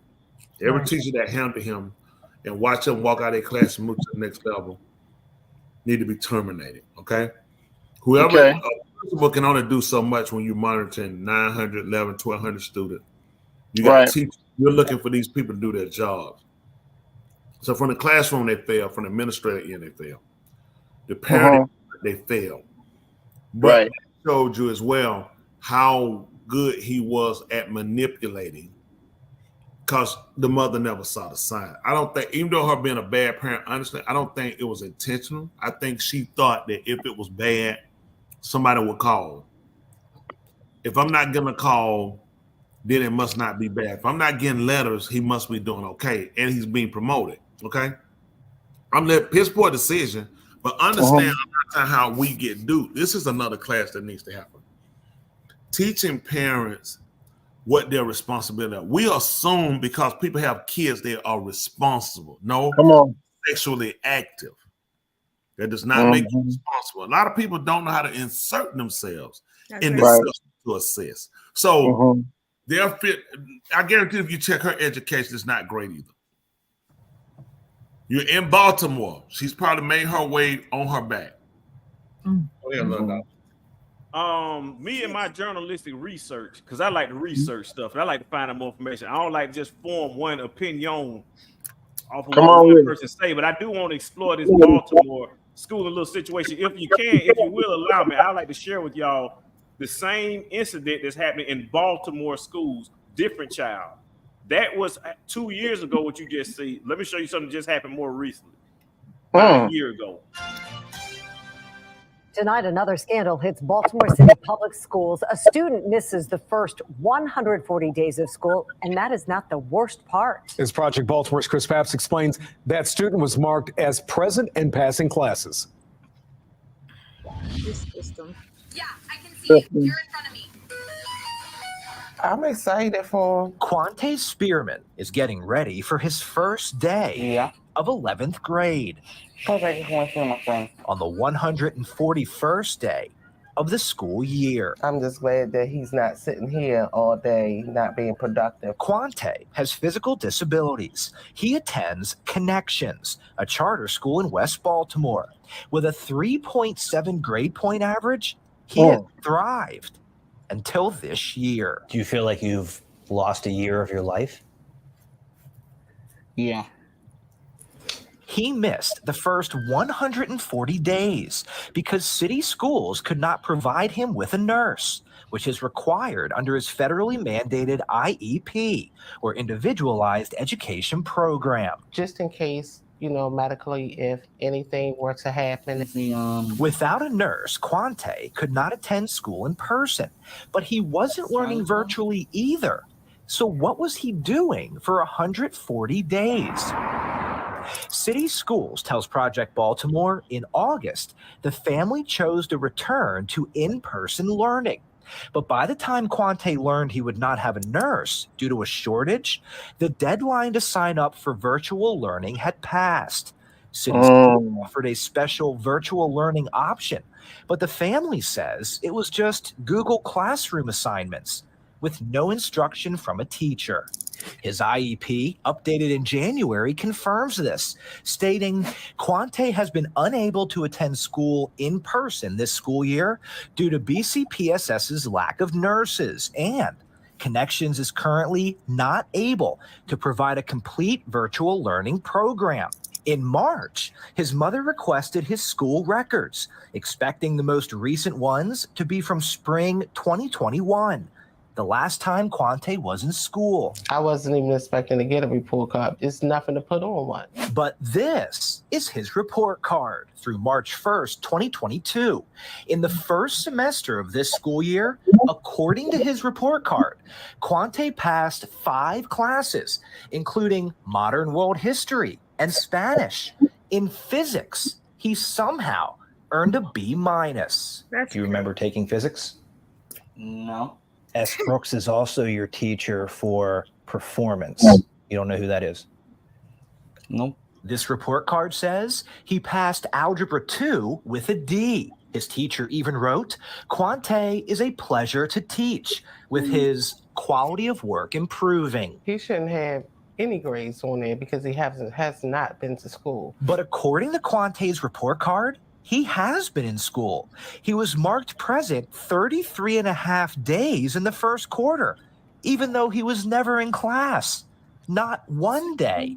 His family says those attendance numbers are falsified. Absolutely. He has not been. So how can he have any sort of, it should be however many days we're into the school year, that's how many days should be listed as an app.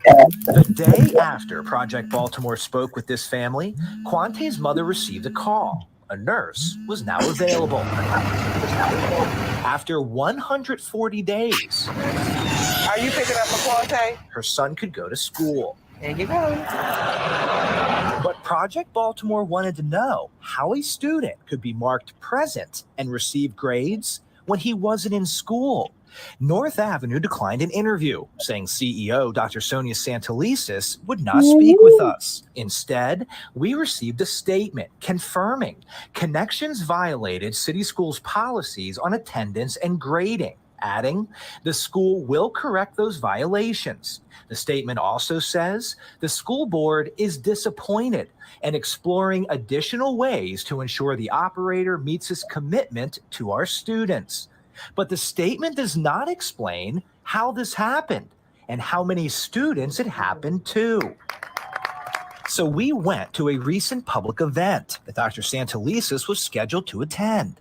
She never arrived, but 2 board members did. Excuse me, board member? After the event was over, I got an emergency. Well, my name's Chris Pabst. I'm with Fox 45 News. they refused to answer our questions. Here, but she didn't show up. Harassment. Ma'am, I would just like to ask you a question as a member of the Baltimore City School Board. Ma'am, you're a member of the school board. Can I just ask you a question about...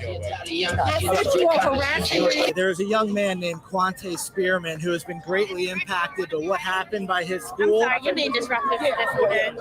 I don't think we're being disruptive. I think the event has happened. I'm not. I'm just trying to ask you a question about the situation that I said you were right. As a school board member, why don't you speak with the media? Why won't you grant interviews? Isn't that part of your job? Mr. Pabst, we've issued a statement around both of the matters you asked me about this morning, and I would respectfully ask that you refer back to the statements that we've already issued. Thank you. What makes you sad? The fact that I can't see my friends and I can't get to do anything that the school do in person that I can't do. With the 3.7 GPA he used to have, Quante planned to graduate on time and become a mechanic. Basically, But now, the future is uncertain. I just want my son to know that I didn't fail him. I've done everything all his life that I could do to make sure he's good. And that's always going to be my fight. You can read City Schools' entire statement on our website, foxbaltimore.com. But there are still many unanswered questions surrounding this story.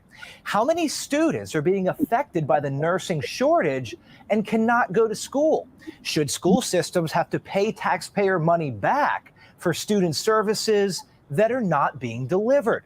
Why did Connections give a student grades and attendance he clearly did not earn? Is that illegal? We will stay on this story. I'm Chris Pabst, and this is Project Baltimore. So, Love Doctor, you have to do this. No, you don't have to, but would you do this? Start with Miss Tooley and work your way down the screen and get everyone's opinion, because, man, I have an earful. Man, I have an earful of this. So come on, Miss Tooley. My opinion on this, it's a sad situation that happened to him. Very disappointed in the school. And I applaud the mother for speaking up about it. Because a lot of times, our kids suffer things and we don't say anything. I do applaud the mother for speaking up, and I hope she gets the justice that her child deserves.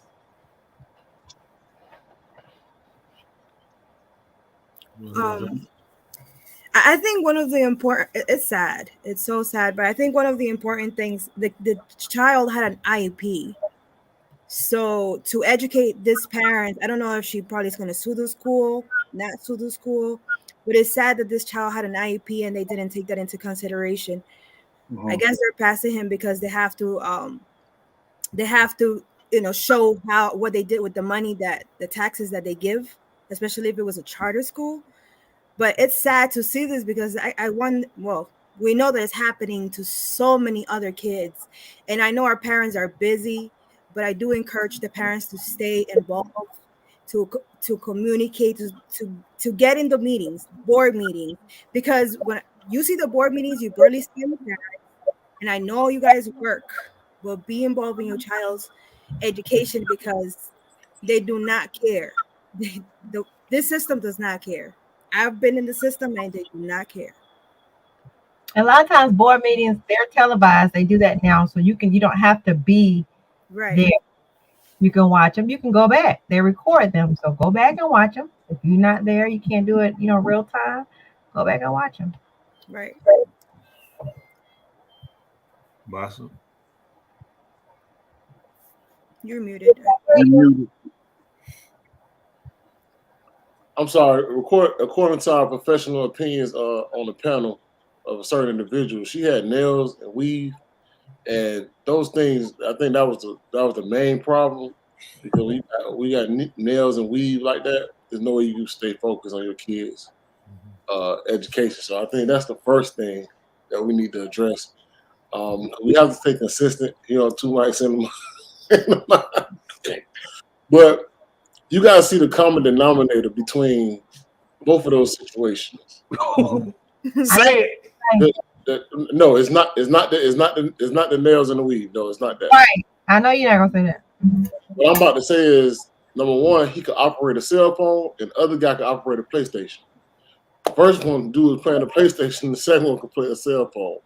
The thing is, when you spend that much time on that you can do these certain things, you still can have some kind of mode to move your kid forward. Like if my kid is not in school and a nurse is hindering them, what's the reason that the nurse need to be with the school? I mean, need to be with them. It got to be some kind of reason.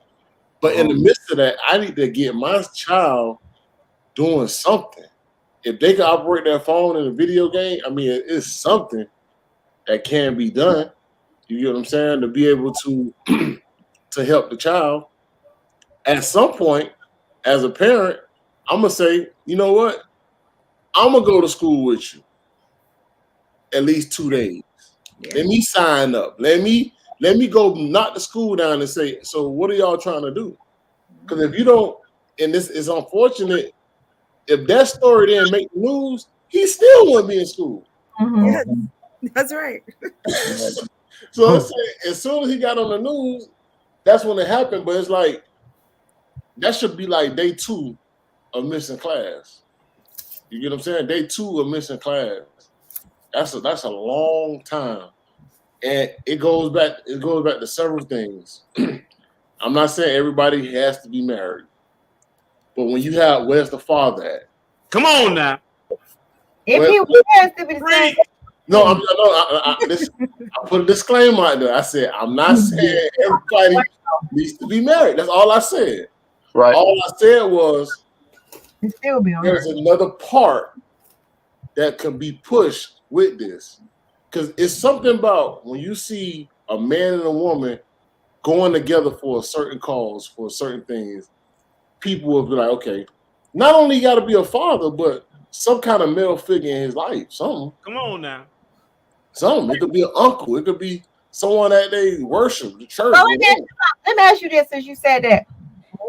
How could him having a father change the fact that there's not a nurse available? Because it'd be a push. It'd be a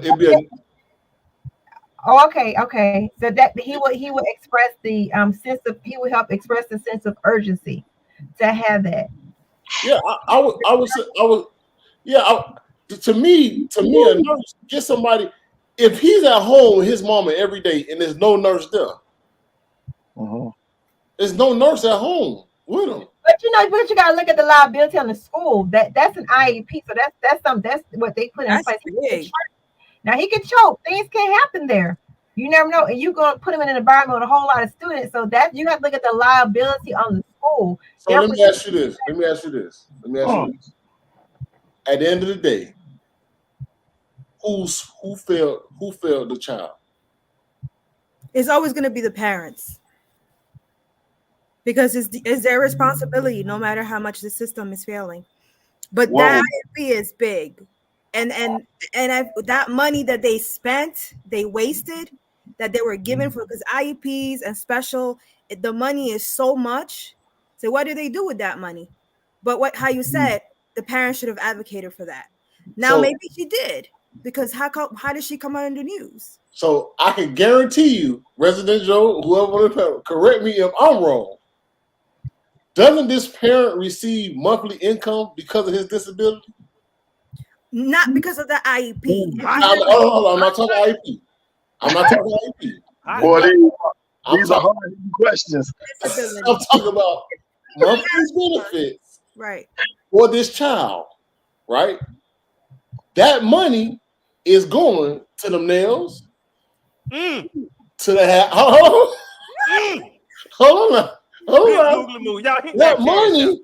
Y'all don't let a word like this pass. Y'all don't put that in our offering plate. That money is going. I'm not blaming. I'm just trying to say, y'all, that money is going somewhere.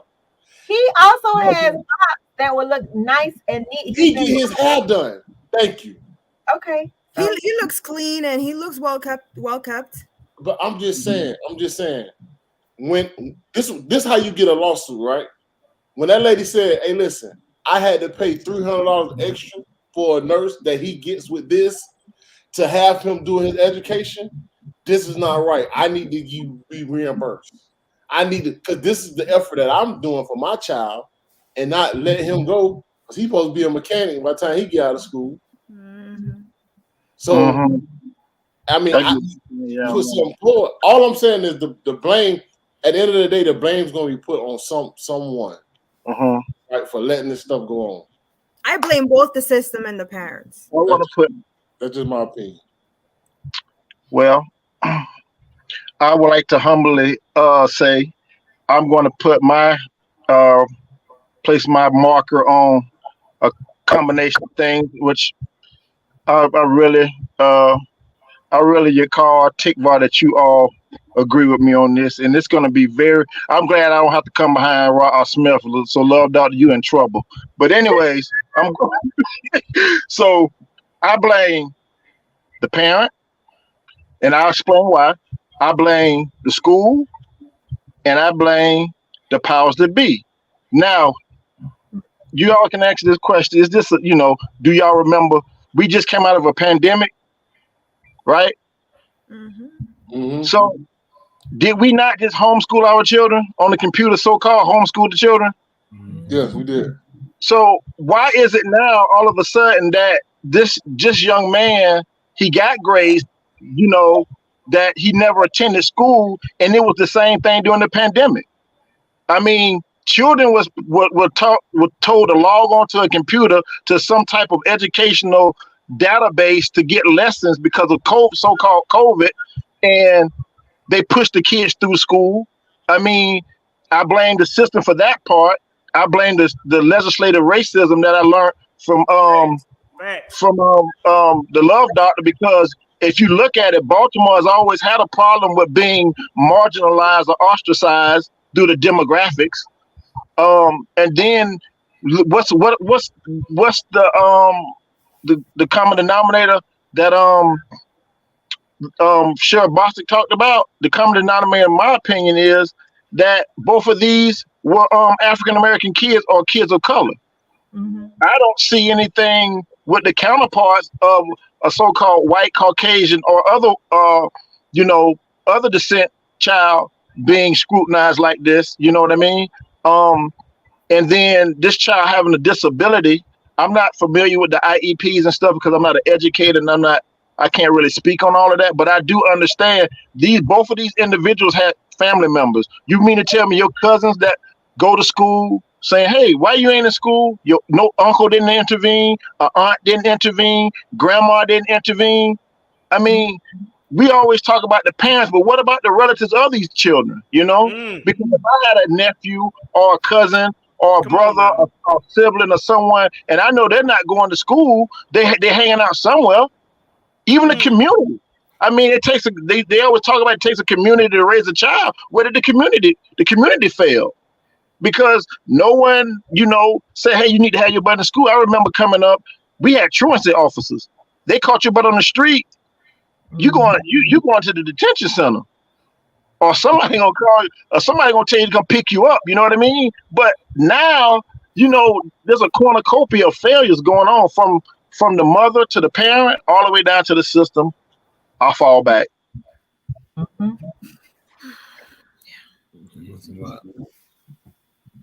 And to add on that, it is sad, beyond sad. Come on, Rob. Rob, he clean up man. I mean, let him go last. Love Doctor, let him go last, because you in trouble if you have to come behind. Yeah, Love Doctor. I give from perspective. I've actually been a victim. I've experienced both of that firsthand as a student. What both of those men has experienced, I've experienced that firsthand as a student. One thing I'll say is that the school does bear responsibility. So definitely the school is definitely responsible, and the school is liable that things like that happen. Parents may have 1, 2, 3, or 4 kids, but the school has thousands and thousands of kids. So the school is still liable. However, want to also put liability on the parent as well. I experienced those different hardships, but there was a parent, me being a minor and a child, there was a parent to actually step up and voice their concern to another adult. As a minor, as a child, that's something that I wouldn't expect the child to be able to articulate.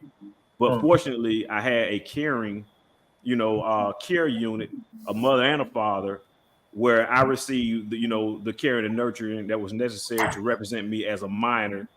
Otherwise, things could have turned out different for me. And that being said, the third thing I do want to mention is that there is something that I do see common in both of those stories. And what that is, I see in both stories, there's a lack of male presence. That's undeniable truth. You see a lack of a male presence in both of those stories. So when you have the school not doing its job, when you have the parent not doing their job, and you have the combination of a lack of any type of male presence, is those three things that makes the perfect ingredients for this particular tragic storm. Turn it over now to the one, the only, the Tony Smith. Tony Smith, take us home, Ra. I mean, what everybody said, valid points. Love Doctor start off in the direction that I would suggest. It's the system, and the system is not the school. It's a system bigger than the school that were predicated on the cause of funding and getting monies and pushing kids through. That's how that happened. Parents are victims too in some cases. They're victims, and both of those parents came through the school system and should have known, but they were socially promoted. Social promotion is not new. I don't know why everybody's trying to use COVID all of a sudden. This has always been a practice. But now, in order to speed up numbers, it's becoming more prevalent.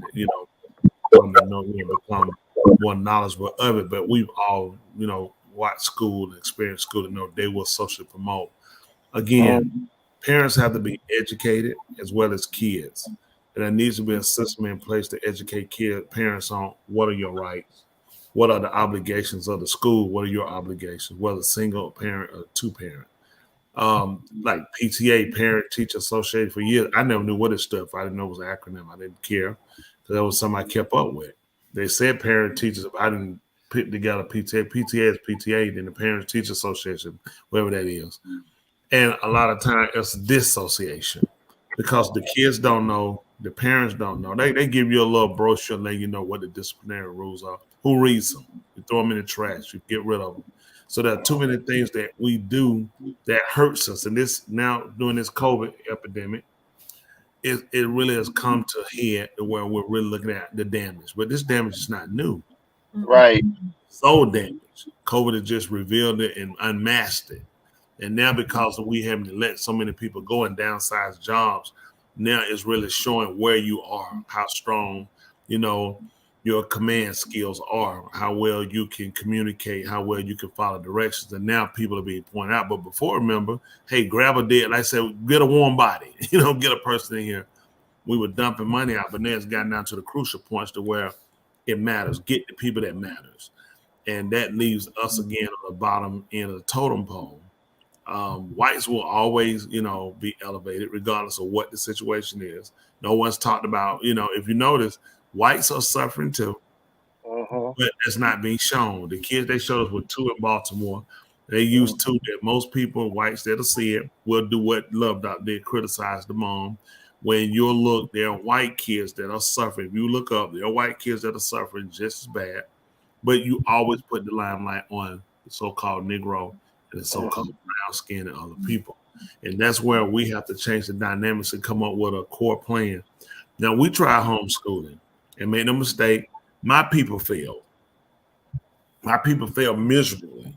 They didn't just fail, they failed miserably. So when people say they just get them a homeschooler, it's not as easy as you thinking. Just because you can read and write don't mean that you can articulate or you can educate. You can know something, it don't mean you can disperse it. That's right. That's where the problem come in. Well, I know how to read and write. That don't mean you can teach it or you can teach what you're learning. And that these are problems we have, and everybody think. And then there's social skills that kids need. When you get out here in the real world, a lot of times they need you to work with other people, even for a brief moment or time. You still have to know how to work with people. So there's so many things you have to engage them to do. Whites can do that. A lot of times they'll be in managerial positions anyway, so they'll be in an office by themselves. Not your kid. Your kid is going to be in the janitor closet with every other kid, all the other janitors. Your kid's going to be picking up paper with all the other prisoners on the side of the street. So they're going to need to have social skills. Now, we can change those dynamics, but we need to address first what's true. This is what hurts us. Nobody want to talk about truth. You have to change the system. There's a system that funds the school system. So it's not the school system. The school system has to pass these numbers, make these numbers in order to continue to get what? Federal funds. Because the state report back to the feds. This is why it's important for you to get out and get people. Don't keep electing people they give you. Pick your people. Like they tell you when you used to come, you went to a club or went to a person's party. They say, man, name your poison. They don't give you one. You drinking white, you drinking brown. You know what I'm saying? When you drink, pick your poison. Why we can't pick the people who we're going to put and we'll say, this is my candidate. This is the person that's going to be best suitable to address my needs and issues. We don't do that. Then you can't just get one. You have to set yourself up, just like Basha said earlier, multiple streams, because streams will dry up and stop. We always think one person can't save you when millions of people are dominating you. That only happened one time. That was with Yahushua. You're being dominated on a global stage. The UN does not favor you.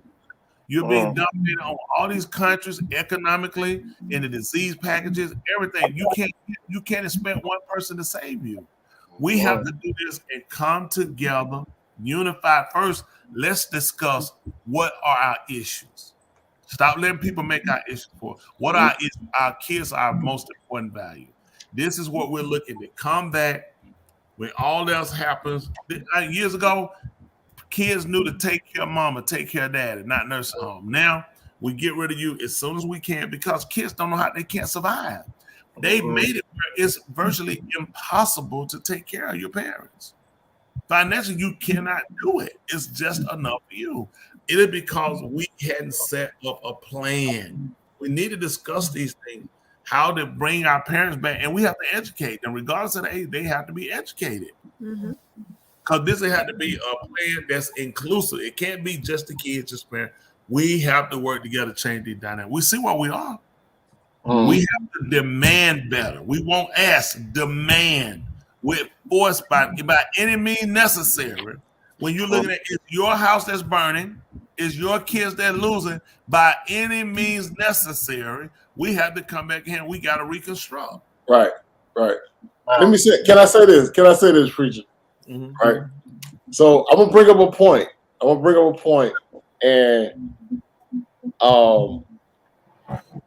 bring up 2 points. Number one, appreciate Derek Lawson. He just mentioned something that I was gonna say. I was thinking about. He stated we need to bring back old teachers that had kids and more male teachers who care. Right? Yeah. That was the point I was gonna drive home. But what has pushed the older teachers out is this level of education that the standard on what they put in on the schools for teachers. So in order to have a certain teacher, you got to have this degree, you got to have that, you got to have that. My elementary school teacher, I mean, especially in preschool, the ones that can really teach, they never had these credentials. Right. And a lot of them, it pushed them out. Once those people got pushed out, but what happened was the private school picked up a lot of those teachers. Yeah. The private school picked up all of the teachers that the public school pushed out. And they said, we're not gonna put all these standards on here. Y'all come on. And we had to pay the private school more. We paid the private school more for teachers that didn't have these qualifications on what the public school is pushing. So when the public school push this education, this level of standard, the reason why they do that is because the mindset and what they're trying to this rhetoric and what they're trying to push the kids on to this higher escalation on a college level. Oh, okay, this is who we want you to be. You want to do this. We want to get them through the whole system. That old school stuff, we let you push them out. Yeah, you got to do this. You got to do that. You got to do this. You got to do that. Them old folks. When I was talking to private school, a lot of them older folks were like, you know what, y'all can have that. Y'all can have it. Y'all can have it. You know, the next point I wanted to bring up was, I don't know if y'all seen in New York City, they're kicking the kids out of school for the migrants. Y'all seen that? Yeah, it's all over. Yep, it's all over the news. Because in the gym, they're not letting them utilize the gyms. No. They canceled school. They put the migrants in because of the cold. They had nowhere to put them, so they had to use the schools. Chicago Police Department. So they're in the lobbies of the police department. They're taking over the schools because of the over. This is how bad of a brain Joe Biden has, and the whole administration. It's like you bring all these kids in here, and we don't even take care of our own. Right. Yeah. I think this real briefly. I think we've traded in what you said about the older teachers. They may not have had degrees, but we've traded in ethics and morality, more our moral compass for an intellect. You know what I mean? For like degrees. You have 20, 30-year-olds with 2 and 3 degrees, but they have no social skills, like Rob was saying, as far as like raising children, communication skills about how to communicate with people, being empathetic and sympathetic at the same time. You know, a lot of times they're just there to get a paycheck, out the door they go. I remember times when I was in like what do you call it, elementary school. We didn't have middle school. It was either 7th grade center, junior high. We didn't have middle school. But anyway, you would actually have teachers that actually had kids and grandkids, and they would treat you as though that you were their own child. You know, they would actually like, don't make me call your mama. I'm like, whoa, you know what I'm saying? Not the school, not a recorded message. The teacher would actually pick up the phone and call your parent, you know. But now that's antiquated. We got just, you know, hey, just push these kids through because we're on a budget. And unfortunately, our children are the ones that, like you say, we get the bottom of the we get the scraps. Right. But not only that, a lot of our older teachers are quitting because the kids are so disrespectful. Yeah. Again, I saw that happening so much. Like the older teachers were, I'm done. I can't. I'm gonna get a heart attack. They quit. I saw them quitting. When you gotta fight students, it's going to another level. Yeah. That's how we don't have to deal with. You get told you might have had a bad. You had students with bad.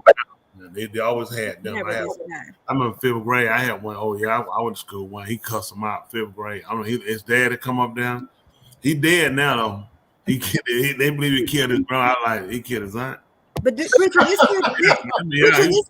fighting. Crazy folks. Listen, I've been with some crazy people. These kids are fighting the teachers. I hate them. Listen.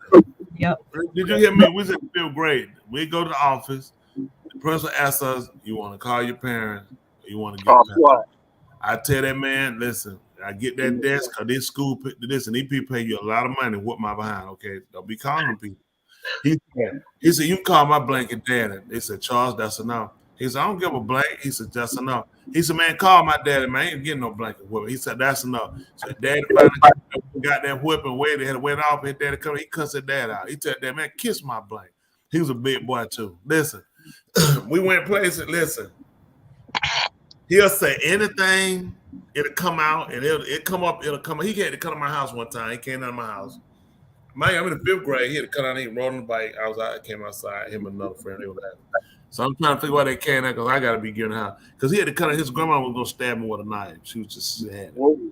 Yeah. So he rode down here. His grandmama was gonna stab him with a knife. So to say these kids are bad now, he was bad then. He was terrible then. Listen, he had an aunt. She came up dead in the house. She what? She come out dead? Yeah, she came up dead in the house. 5th grade? No, he was like my then we were high school. Oh, okay. That's still bad, but I'm just saying. Okay. Mm-hmm. Yeah, he dead now. But that's one out of 30 kids. Now it's one good kid and 28 bad. Listen, sweetie, I went to school. Listen, I went to school with I went to school with people that Satan said he didn't know him. I'm trying to tell you now. That's too late. Satan don't even know him. It's that bad. I'm gonna tell you no. I've seen him. Listen. So you know, they need to allowing the teachers to hit him with a ruler like back in the days. Yeah. I had some friends though.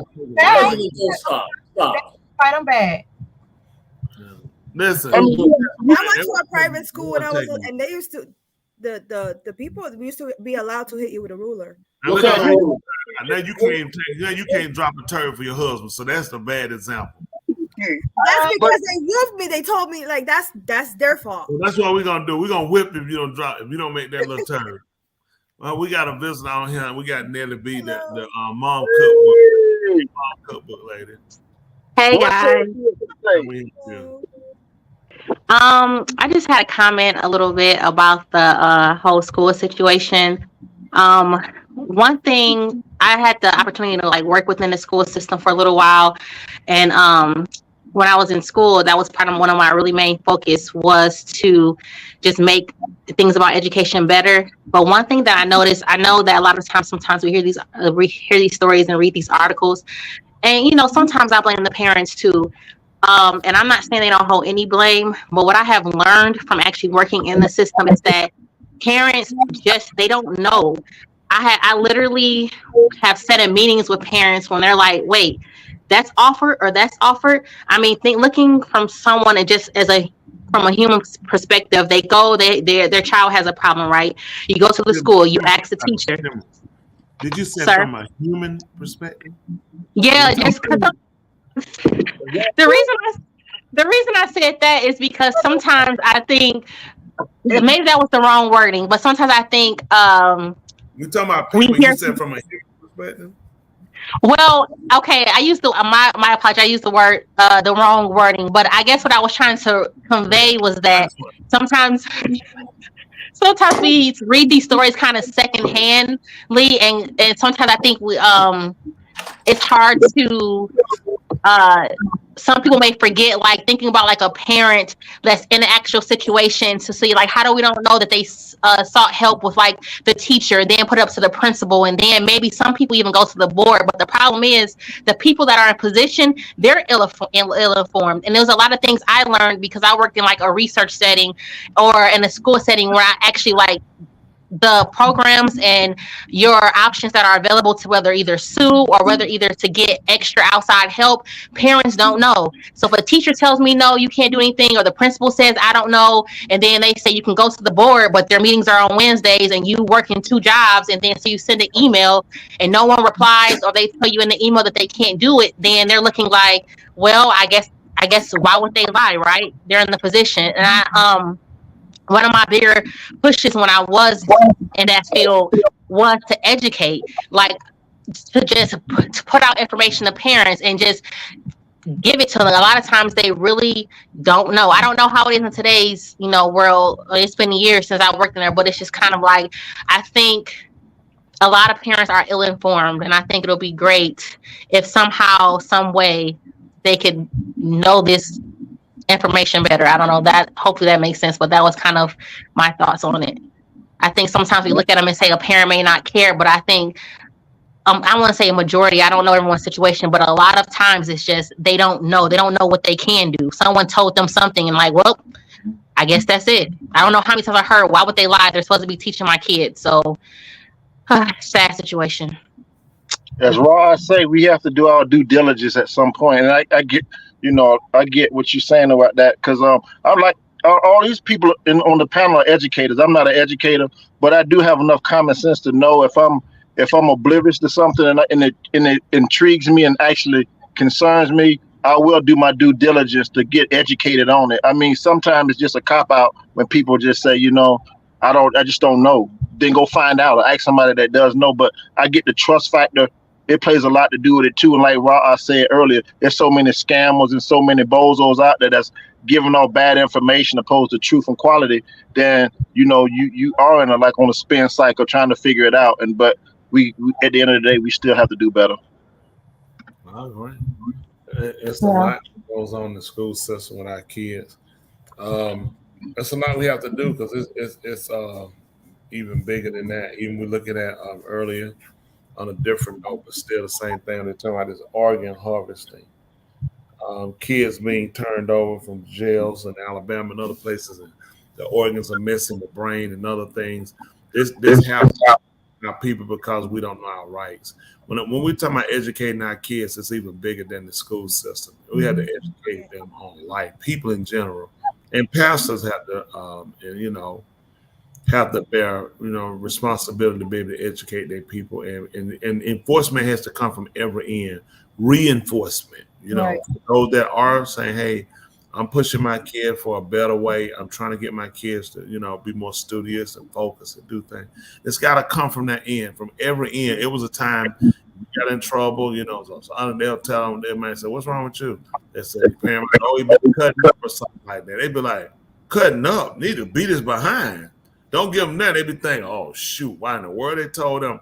They'll reinforce it to get them and talk with them and say, "What you doing? Your mama work hard. Your daddy work hard. What are you doing?" We don't get that now. People just sat back and say, "Man, ain't my kid, ain't my problem." It is your problem, because if we don't do something, these same kids will be the robber, the herder, the murderer, the rape of us. Question for the panel: how does a father handle their son only listening to him? He doesn't listen to his mother at all. We still married, if that matters. Yes, it matters. For me, I'll tell you this: how do you handle that? The father, you should be reiterated. It should be a partnership, if I may say. It needs to be a partnership. It shouldn't be just listen to me. When he's being disciplined, corrected by you, I think the enforcement needs to be when your mother tells you something, when it come back to me, you're in trouble. I'm laying it down to you, because you need that. You don't want to, I can't be at home. I understand. Which means when you do get there, you have to lay it down, but you have to make sure you always keep reinforcing when you do. And it's a matter of her holding her in. A lot of time, let me tell you what women will cover, especially when it's a boy, because they'll feel like, although they'll tell us, "Yeah, you need to get them," then they'll feel like, "Well, you kind of get them rough. They don't want to tell you that," then they'll cover. So now the kid know they'll cover, the kid will push them a little bit. Now they start pushing, they had enough of it, then they want to give it to you and say they don't listen. But when they're doing what they want them to do, then it's not a problem. You could be too rough, you could be too hard. You have to stay on top of reinforcing with both of them. Understand her, she need to understand what her role is. You're in her talker, so he never knows there's a break or disconnect with you guys, but you got to always make sure you let him know as well. Listen, when your mama tell me you're done, you listen, you ain't getting nothing. I mean, let them know when she tell you something, that's just like I'm telling you, boy. I mean, you have to, they have to be on the line of, "I'll kill you." But of course, we don't want to kill our kid. Please, people. We have to put them on the line, especially when it's a kid of color. This is what'll happen if you have to kind of explain it to him too without fussing sometimes. When he becomes a man and evolves and get more into life business, he's going to deal with women more than he's going to deal with men in position. This is where they're pushing it. He's going to deal with homosexual men. He's going to deal with women. Okay. If he doesn't know how to follow the rules now, it's going to hurt him later. So he has to know the reason why you putting enforcement and why you're letting him know, because he needs to learn order and respect. That's how you survive by him. Let them know, listen, these people ain't got to put hands on you. They just move you out the system. And once they put you in the correctional system, you're done. So I hope that helps. What is that? She's the softest hearted woman, my man. That's right. Hearted woman, my man. Yep. I know most women are. My wife would cover for mine too. You just have to Truly. do that. That's a mother play. They don't want you to beat them. So they feel like they want you to beat when they get sick of them, but then Especially when they get beat. Yeah, women like, they ain't gonna say, but you can watch that face and know that face, like, I think I'm too rough. Like, listen, I had to get them. I'm getting them for the fact that I shouldn't have to. If you got on your end, I wouldn't have got to this level to realize when she done came, I already know you've been covering, so I'm mad about that already. Then I'm mad at the fact you've been cutting the food, so I'm really getting you for more than one issue. Had you put your foot down, not played with them, kept them in line, we wouldn't have that problem. So those are things, just to consider. Mama's trying to compete with the daughter for the young men and dressing as well. See that? Hear that? Twain got hit. You trying to compete? No, she not. She trying to get me. She's trying to compete for the young man. I would never lay hands on my. Oh no, not your wife. Now ain't that wrong with that? Some of them ask for. No, I'm messing up. But No, it's not on your wife. We talking about on the child to get the child. And listen, applaud you. That's what we should do. It shouldn't be if a person had that situation. Well, please, I hope you evolved and moved on from that, because that's not what you want to do to deal with your wife. If you got a wife, you got to fight a hit on it. It's time to go. It's just time to go. We ain't gonna make it, because they ain't gonna be able to push and part, and they're gonna get somebody hurt. Pushing for it. I would be a brood up if she wants to beat my old lady. Whatever. I'd be beat. Okay, you better ass hop on. Okay, I would take my wife no matter what. Well, sometimes you gotta let the wife fall down the step. No. Throw mama from the train. No. On a note, if it helps, it's really important for husbands and wives to sit down and work on a plan that's conducive for rearing the kid. I mean, that happened. I didn't. We didn't. Most time parents cross when you fuss, you get mad because they didn't. We'll agree on, yes, of course. I think without saying, both parents want the best for the child. Both parents want the child to do well. Both parents want the children to grow up to be on their own, be successful. But a lot of times we have to sit down and discuss and strategize the discipline. We have to be a team. It can't be, okay, gonna go. Don't tell your daddy. Once you start that stuff, that's it. Same way you can't make a marriage like that. It won't work. It's gonna backfire every time. It has to be. This is it. And this is something I don't like either. You don't want the kid to do something. Don't sit on time about go ask your dad. Boss, your wife will tell your kid to come ask you something. Okay. Yes, sir. And I must admit, I do the same thing. Oh, you'll say go ask your mama. I'm just tired. They don't hate him too. They need to hate people, and hate needs to be equal. That's how you go ask your mama. But see, the thing about go ask your mama, mama pretty much telling you yeah. So I want one sometime. No, she gonna tell him no. She gonna tell him no. I might say, that'd be something that I don't want to say. I don't want to tell him no. Listen, that's one for the brothers. Yeah, I got preaching. Got only 6 kids, 6 different emotions, and this one trying to fight for this and that and that. And it's like, man, go ask. And then the youngest one is she's the bully of them all. I got Confederate. Autograph, so he's not gonna punt it. I told him I got to put him on Saturday Night Live. This guy is he is comical to say the least. Also want to give a shout out to Nephew E. If you out there, you hear us. We'll hobby you. I miss you. Looking forward to seeing you soon. Just take this commercial break to say this is your neighbor Confederate State 48 saying hit that like button, hit that share, hit that subscription, and hit the cash out. Yeah, well, I'm talking. Man, he Confederate 48 under a rock right now, man. Is it under a rock? Yeah, he under a rock. Me? No. I'm sorry. Nephew E. Oh, nephew on the rock. He's having he on the rock. I feel like I'm on the rock though. But you know what?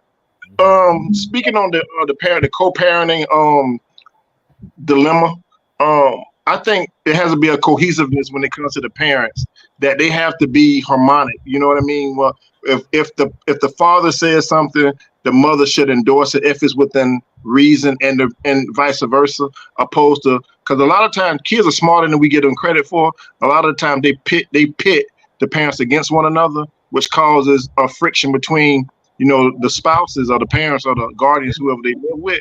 And so children are much more smarter than they were 20 years ago. I knew when my mom said something, I wouldn't go ask my dad because she'll get me when he leave, or he would get on to me when he said something, but what did I tell you? You know what I mean? And then when you see the fallout from it, you never want to see your parents arguing. At least I didn't, unless it's something I really, really want. I didn't care who was collateral damage. I just wanted what I wanted, but I was a kid. So it's about. Let me say this. Confederate. Last sermon, Rob preached a message, right? And in regards to a lot of the parents a lot of what the kids do. I was there. The parents, it comes from the parents, right? And so when things are happening in our household and there's certain behaviors, I tell my wife, that's you. You need to correct it. Like, cause that's you. That is your attitude. Whatever your mind is of that child, what she just did now, what would you do to yourself? And all she can say, that's me. That's me. So I say, okay, babe, it's a learning lesson.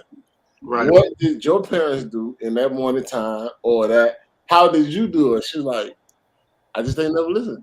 So it was one time we're counseling our kid. We sitting down talking to her.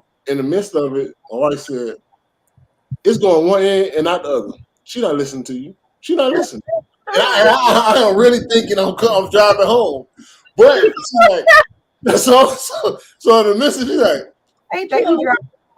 She not listening. But it was like, okay, hey, that's me. That's me. I know what it is. So I said, you know what, babe? You need to handle this situation. Let's go through this. Because a lot of times these kids, man, I done been across, man. Once you get a child where you done beat the brakes off home, and they look at you like, hey man, you got something. It's time to go.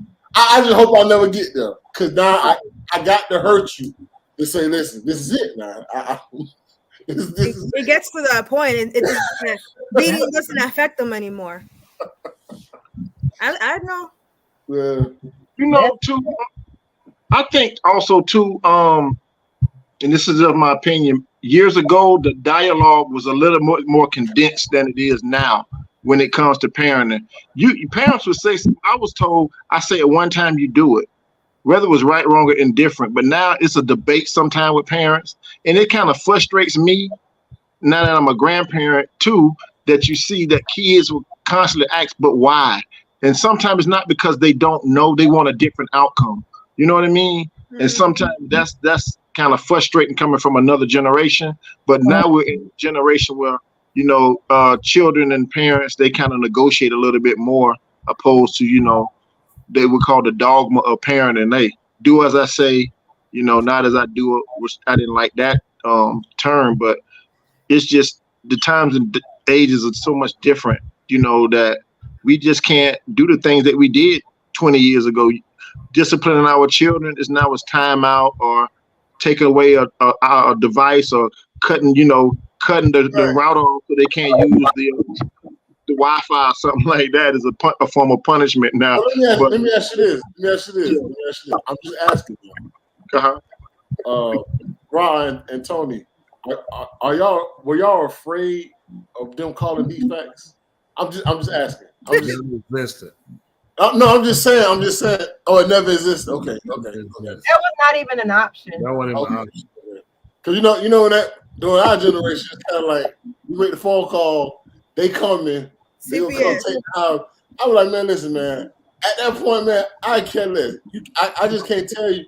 You can't tell me what I can do, but then you gonna come take me to jail and they can stay there. That don't make sense. I let it go in foreclosure. You don't stay there, they don't pay the rent. I'm not gonna pay it. They got to stay. They can stay there, but I quit my job. I go homeless. We'll lose my house. I'm not gonna stay there. No. Man, I saw a clip today. I had put it on my story. It was a child got a beating. So when they get that beating, they go in their room. Yeah, I saw it. I hate them. I'm gonna pack all my stuff up and move. They say, "What you said?" I just said, "Watch my face." I didn't say that. You're in pain. Yeah, all of us that had them beatings was like, man, I'm done. I'm running away from home. Yeah. I ran away from home. You did? That's tight. How far you left? Down the street? No. I left. I walked toward my mom. I walked to my mama's job. I walked probably. Wait, Tony, ain't no run away from home. Yeah, I do. No, you come back. I I want to stay with my aunt for some week for the rest of the summer. What? I can never do it. No. No. She had the media talk to my dad about that one. So I think, nah. Everybody ain't come back. He had killed his eyes. Just hold out for a bit. Hey, preacher, was your dad scared of your aunt, or would he listen to your aunt? What? I'm just saying. Nobody. He'll kill everybody. What made you run to your aunt though? My mom talked to her sister and said, "Let me stay over there. Just let me stay there for a little bit and just calm down." He was upset. Wait, how old were you? How old are you, preacher? Oh, probably about 13, something like that. Was summertime. Yeah, that was that. Yeah, but no, I wasn't. No, my dad wasn't scared of nobody. No. He wasn't scared. Man, I ran down. That's just, that's just. I ran away too. I just ran down the street. So we had a banister in our house, right? We had a railing in our house. We had a railing in our house. It was right by the door. And my mom is always said, in Florida we have banisters. Yeah. Railing. Yeah, we have banisters where you got steps to go down to the living room and the area. And it was the same routine. My mom would get that belt, and the first thing I did was I started to preacher was preaching one day. He was like, you know what? People got a problem with the tour, and they want to get rid of the tour, but don't want to change the action, right? And I thought about it. It hit me. I said, you know what? That's what I used to do. I used to go hide all my daddy belts. So I used to hide the belts. So I said, you know what? Maybe if I hide the belts, he won't get to it. He can't beat me. So instead of me changing my ways, hide the belt. So that's don't find wires. Nice. There's other things. You're ready to hit you in the hand, man. And it's worse. Wires. Yeah, my mom used to get that belt. She used to get that belt, and she come down. She hit me a few times. I'm like, all right, mom. Then I go to that banister. Here we go. I'm running around that banister. She be on the other hand. I be on the other hand. I'm like, Mama, I'm sorry. And she try to come this way. Go. Are you serious? Yeah, Person to be on football. Man, and that door was locked. Why tie that thing perfect? I got around that banister. I don't know how I unlocked the door, opened the door, and closed it in less than 1 second. That's right. We're trying to listen about it, and that's interesting. I'm trying to listen to this man. I'm telling all these members, I'm not going for this. This man said when he came from Florida, remember that he was one. This man ran away from a state to another state. That's how he came back to Atlanta from Florida. I see it. Man moved back to Atlanta when he was one. How you run away from home when you won? Nice. State line. You came over the state line. That's too much. We can't do that. I ran away once, but I ran in the backyard. We had a wash house where you would wash clothes. Yeah, man. And I ran away, and I stayed in the wash house overnight. But it wasn't nothing to eat or drink or use the restroom in the wash house. So I turned myself in. I got a whoop. You gotta be smart. You gotta run away from a place there's food, shelter. Look at that. He said his dad would body slam. Look at your friend there. He said dad would body slam them when he leaves. I like your dad. A down payment. Let them know. She called me. I like your dad. Woo. Hey, listen, you haven't grown as a child. Oh, you still got that feeling that you want to run away. You hate your parents, right? Yeah, they say he called him mama fat. He said grandma hit it with a hammer. He called him mama fat. Not deep fat. That's serious, man. Your parents hit you with a hammer, they want to kill you. Nah, they don't love you. That's they don't love insane. you. I don't think they get. I didn't never saw that. Your mama hit you with a hammer. They saying, "Listen, I want to kill you." They hate you at that point. Yeah, it's done. Let me tell you. I'm done. Take me off. Trying to kill you. Take me off. What you do with that? They tell you they ball their fists up. I'm trying to kill you. That means run. Bobby Brown. I can't. Y'all are trying. Listen, y'all been beautiful. We appreciate it. Listen, these stories, we need kids. I mean, that fear what they gave us, and we know when you come to be grown and you get your own, you understand a lot of the discipline that our parents gave us, though it seemed cruel and harsh, because before I let something happen to you, I will kill you. And that was their way of saying, I am scared to death. So before something happens to you and somebody tell me I gotta bury my child, before I will kill you, dead. And they didn't know how to say, I'm afraid that something will happen to you. Someone will knock on this door or someone will call me and I can't get to you. So they gave us this quote unquote cruel punishment. It was because they love us. It's like the Most High.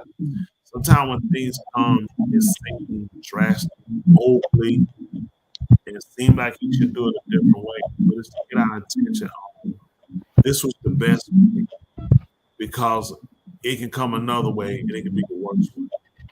And while opportunity was to be right, it's a chance to consider.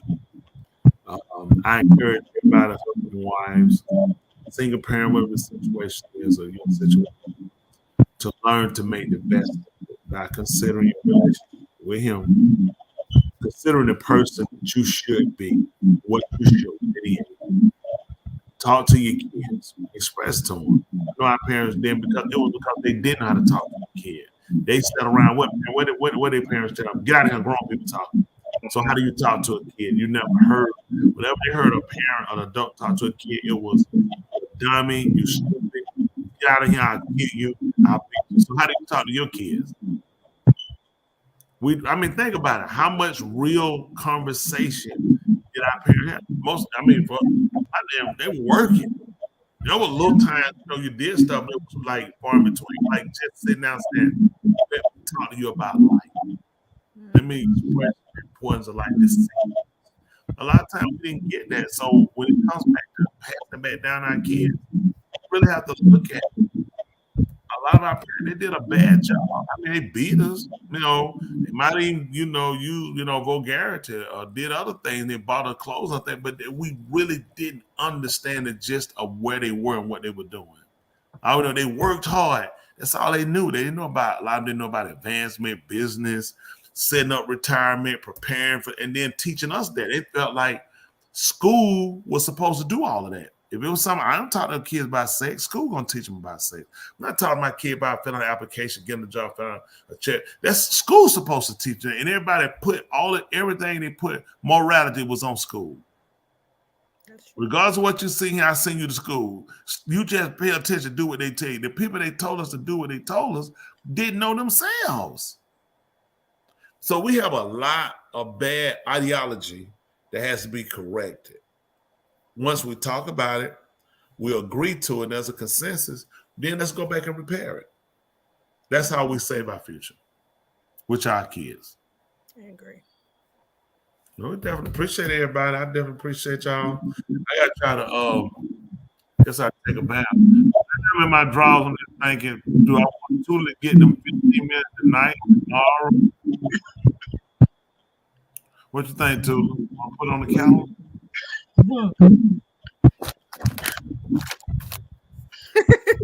He's gonna have his energy snack. If you need someone to talk to, call me. Dude is so jealous of me. She don't know what to do. I'm about to get some old people pills. I told her, I said, you better keep it. I said, listen, I'm a young man. Don't be holding me back. Boy, Tula, I ain't been telling her be holding me back. Yeah, but don't be holding me back. I'm out here now. Oh my gosh. Gigolo, turn it back. Mama, there go that man. She is so jealous of me all over the world. Lady. Everybody, listen, enjoy yourself. You don't have to live your life uptight, but you got to live right. Y'all remember that? That's my saying tonight. You don't have to live uptight, but you got to live right. Have fun. Live right. Have fun. Enjoy yourselves while you're here. Appreciate what he's giving you. Yes. Before you complain about what you ain't got, appreciate what he gave you. I got that old gal right now, going on 29 years. That's a long time. Woo, you holding me back. But I'm going on to you a little longer. 29 years. Woo, child, I'll give you a mighty long way. Appreciate what you got. I appreciate what I got. Oh, yeah. I'll hop you, old lady. I still love that old lady, though. Till the day she died, she taught me a lot, and I deserve to get hit with that helmet. See that? That's all right. So you come to serve tomorrow, and I'll be sure to drop that helmet on you. I honestly didn't see it that way until late 30s, really early 40s. Well, that's most of us. That's true. Martin Sisyphus. Oh my God, Sisyphus. That's the Greek. That's the guy from the Greek. The guy pushing the rock up the hill. Every time he got to the top, it will roll back down and start over again.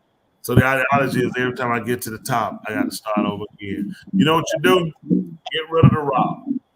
This is what I tell you. When you get to the top and the rock keep rolling down, don't push it back up again. Do something different. It's a psychosis. It's a method of thinking behind things we do. Because although it might say, well, it's just a name of something I picked, but you start to think like, and then you start to act like. It's like every time it gets here, because it's Greek philosophy, that every time you get it to the top, it roll back down. So I'm already prepared to start over again. Why can I get to the top and aspire to go higher? You know, I know, and sometimes people say, well, I usually don't think about it that way. Remember, it's always a connotation behind things. It's always an association with things. So I want people in general, all of us, I want all of us to think positive, but don't just think positive. Do the positive things that go with the thinking. A lot of times people say think positive, but if we're not doing the positive things with the thinking, it's futile. You know what? You might as well just stay at the bottom. Don't even go to the, once you roll to the top, just stay at the bottom. Why push it back up again? Stay at the bottom. Conservative effort. You know what I'm saying? Don't waste effort on things you know it's not going to work. We have to have a mentality where we in life, everything's not going to work. I don't care how positive, how right you are. That's life. You learn to adjust with those things. If everything work that you do, then you don't appreciate the little things. Life works that way, that things happen. You have bad days, we call it bad days. People say, I don't have bad days. It's not realistic. We have days that are not our best. It's because when we know we at our best, that's how we recognize, because I've been in other moments. Don't buy into the psychosis of this is life. Things happen. No matter how much you want to do something. I wrote a song. I said, you know what to do? I said, I'm gonna pray about this song. I'm gonna sing this song. So get ready to record this song. I did. I said, this is for you. I'm gonna sing this. I want it. And I said, I'm ready. I told Cookie, I said, let's go. And I tell you what got for me. That cloud had nothing to do with that song, because I sounded terrible and it didn't come out like I thought. And I pull out and I was honest as I could be. It ain't nothing changed. You know what I'm saying? Except when things aren't for you. Mm-hmm. I said, well, if I pray about it before I do, and I said, this is for you. This is for your caboose. I did. I said, this for your caboose. I said, just let me sing. And when I did it, ain't nothing changed. I said, you know what? He looked at, listen, it's not from you, but you can be honest. And it has to be that way. And I didn't take it as a slight against them. We have to understand everything is not for us. And you learn to appreciate when things do come. He appreciates the fact that I wrote that for him, but I ain't the best person to sing it. Accept that. And I tell that to people who are here, don't think because you live right, everything got to be favorable towards you. That's not true. It's accepted. That's maturing. That we accept.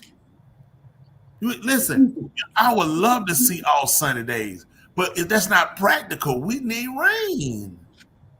You know how many people Oh God, why is God rain? It messed up here. It ain't messed up nothing for me. That's life. That's what let me say it's a beautiful day. Because I seen worse. I seen heavy storms. I seen floods. And although you say, man, why it got a flood? Man, why it got? But when it's sunny and it's beautiful, do you say why it's got to be a beautiful day? You appreciate. Learn to appreciate before you complain. So hopefully that helps somebody out. Well, come on, y'all give us a stand before we go tonight. What y'all got for me? I'll leave y'all with this one.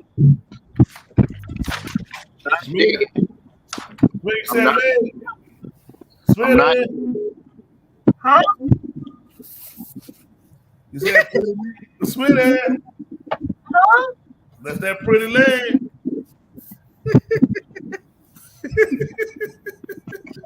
Oh, shoot. What? Oh, you like it. You like it. She likes it. She likes it. She likes it. She likes it. She likes it. In my head. Go ahead, Confederate. I'm glad Cedric said that helped. I'm glad said we appreciate you. You know we're gonna be seeing you tomorrow night. Some of the people on here, we see y'all 4 times a week. Well, y'all see me 4 times a week. Yeah, I do. I see. And we appreciate y'all being there. Well, Lee, I'm not dead. I'm not in jail. I'm not in the hospital, but I can do better. That's all right. That's it. Learn to appreciate. I said I'm gonna pull out every morning or just how I do things. I said just want to just thank you for everything you done. Everything you done. There's very few times that he gets a time when you really get it take a lot of things that happen to us in life to get to that point that we learn to say. I used to watch old people. They used to say they'd be grateful for stuff. I was young. I was looking at, man, I don't have anything like I want or where. I mean, yeah, of course, thank you, but all this just thank you stuff until you live to realize there's a lot of people gone. Thank you. There's a lot of people in the worst condition you in. Thank you. It's just so many things to be thankful for. And it takes, I'm glad I'm on this side to realize it. I know I got to transition to the other side, but I'm grateful for what I've learned on this side. It's bad to live through life and all you accomplish is things. I've accomplished learning about myself, the value of life, the value of my relationship with my Creator, and to understand that, in life we transition. And where I'm at in my life, I learned to set my mind on transition. Some people say, "Oh, you don't want to think." That's negative. It's not negative. It's as a part of life is living. And in order, a seed, and that's why it's so important to understand life. Seeds give life. We're seeds. We give life. Transition. Sometimes flowers die, other flowers evolve from them. So you come through in your time period that you're here, and you learn to accept the things and try to add something to life. I hope that I put an impact statement in life to other people, to enhance other people, to get them to consider, to appreciate, to evaluate, and to create and understand the purpose of life and understand the importance of the relationship with the Creator. If I've done that, then I've done a great deal while I was. That's me. I know you've impacted one life, and no other life. I know you've impacted one. Oh yeah, I appreciate it. I really appreciate that. My Lord, yeah. All y'all for that matter, some capacity, but yeah. I appreciate it. That's the goal. Yeah, definitely. That's the goal. I appreciate it. I definitely appreciate you guys. And appreciate the wonderful panel. Joe, Smitty, Dr. Doodle. Dr. Love, Doctor. Yeah, we had to mess with him anyway. And we hoping to get him married soon. Woo! Yeah. I gotta get that man married so that man can still pay at 8 o'clock. Buying tickets to that one. Oh, you have to be mindful of what you say. What is that? Remember what you say to people because everyone is eventually where you at. Okay, Andrew. That's his saying for the night. That's good. Good to consider. That's true. You don't know what people are. What y'all got? What you got for Dr. Joe? You know it's the ending part that keep every time. Come on, Dr. How Joe. many y'all got on the ending part? Let's go. What you got? Where you are in life are consequences of your actions and decisions. If you don't like it, make changes. Okay. You put a lot out there. Okay. We're getting better. That's that marriage life. You just that Kumatah at the end. Yes. What you got for a Boston? I don't know. I don't really got nothing. I just My brain. yeah, brain going right now, but one day at a time. One day at a time. We'll take that. What you got for us, Miss Tulin? The official one. Look at that. Oh, we got one for Derek. A turd today, LG's constipation tomorrow. See that? Does it? Tully, Yeah, you're the doctor. Does that true? Nope. You need to come on, let it out. Don't let a little money get you down. What you got for us, Tully? Let's see yours and then the red one.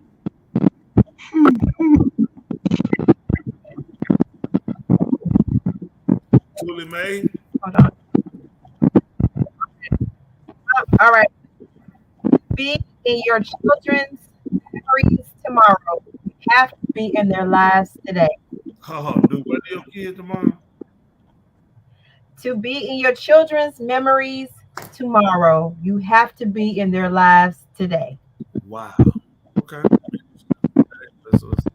I know that's snowball all day. Say what? Right. Snowball. Store bought. Store bought. Yeah. Boss, you believe she just came over that one? Oh no, that's not. Oh, I just store bought. Oh yeah. I'll be all great to see my friend Confederate 49. 49? So what state I'm in now? You moved up. He said I meant 40. He said 40. That moved you to another state. That's not right. He started putting 49 because you came over to Georgia. Remember to say that Cologne.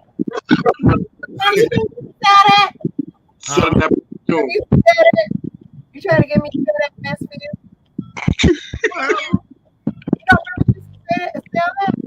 What did you say? Do you not remember that you used to sell that? You tried to get me to sell that. I do remember. So I used to sell oil. So he was saying that. Yes, I do remember. Perfume. I sold perfume. I sold perfume, lingerie. I sell leather coats, I'm saying lambskin coats. Exactly. Short. Hey, Rob. Lenny didn't have nothing on you from Good Times. Lenny. That's right. Almost that jacket. That's it. I'm like Lenny. Almost that thing right here. That coat, man, got watches and everything. Yeah. So listen, we sold a lot. I mean, to get where I'm at, I have done a lot of business. I sold a lot of stuff. Cocaine, marijuana, I sold. That's good. Anything you needed. As Sean Bossett was saying earlier, he had a diversified portfolio. You got to be diversified. Wow, he's gonna let you ride them bags at the Senegal and say you got a record. Oh, look out. Arnez came in and left. Arnez, where you at? Don't forget you gotta rub your hair. You gotta rub your hair to keep it down. Good movie. All right, y'all, we're ready to cut this out. Yeah, we appreciate y'all to hobby y'all so much. Thank you so much. Y'all. Appreciate y'all. See y'all. A lot of y'all will see y'all tomorrow night. 7 o'clock. 7 o'clock. If I don't start 6:30. Somewhere between 6:30 and 7 o'clock we'll start. Come on, Tulip, take us out of here. We're about to take it back. Ladies and gentlemen, here it is, the most listened to radio show on the planet. now the ultimate power in the universe. Tony and Julie on the radio. Dr. Joe's therapy on the radio. The love doctor going live on the radio. 2 mics and a mind on the radio. Radio, turned up on the radio. Radio, turned up on the radio. Radio, turned up on the radio. Radio, turned up on the radio. 2 nights and a mind. 2 nights and a mind. 2 nights and a mind. 2 nights. Watch this. And a mind. All right, you just have to better together until next week. Tuli,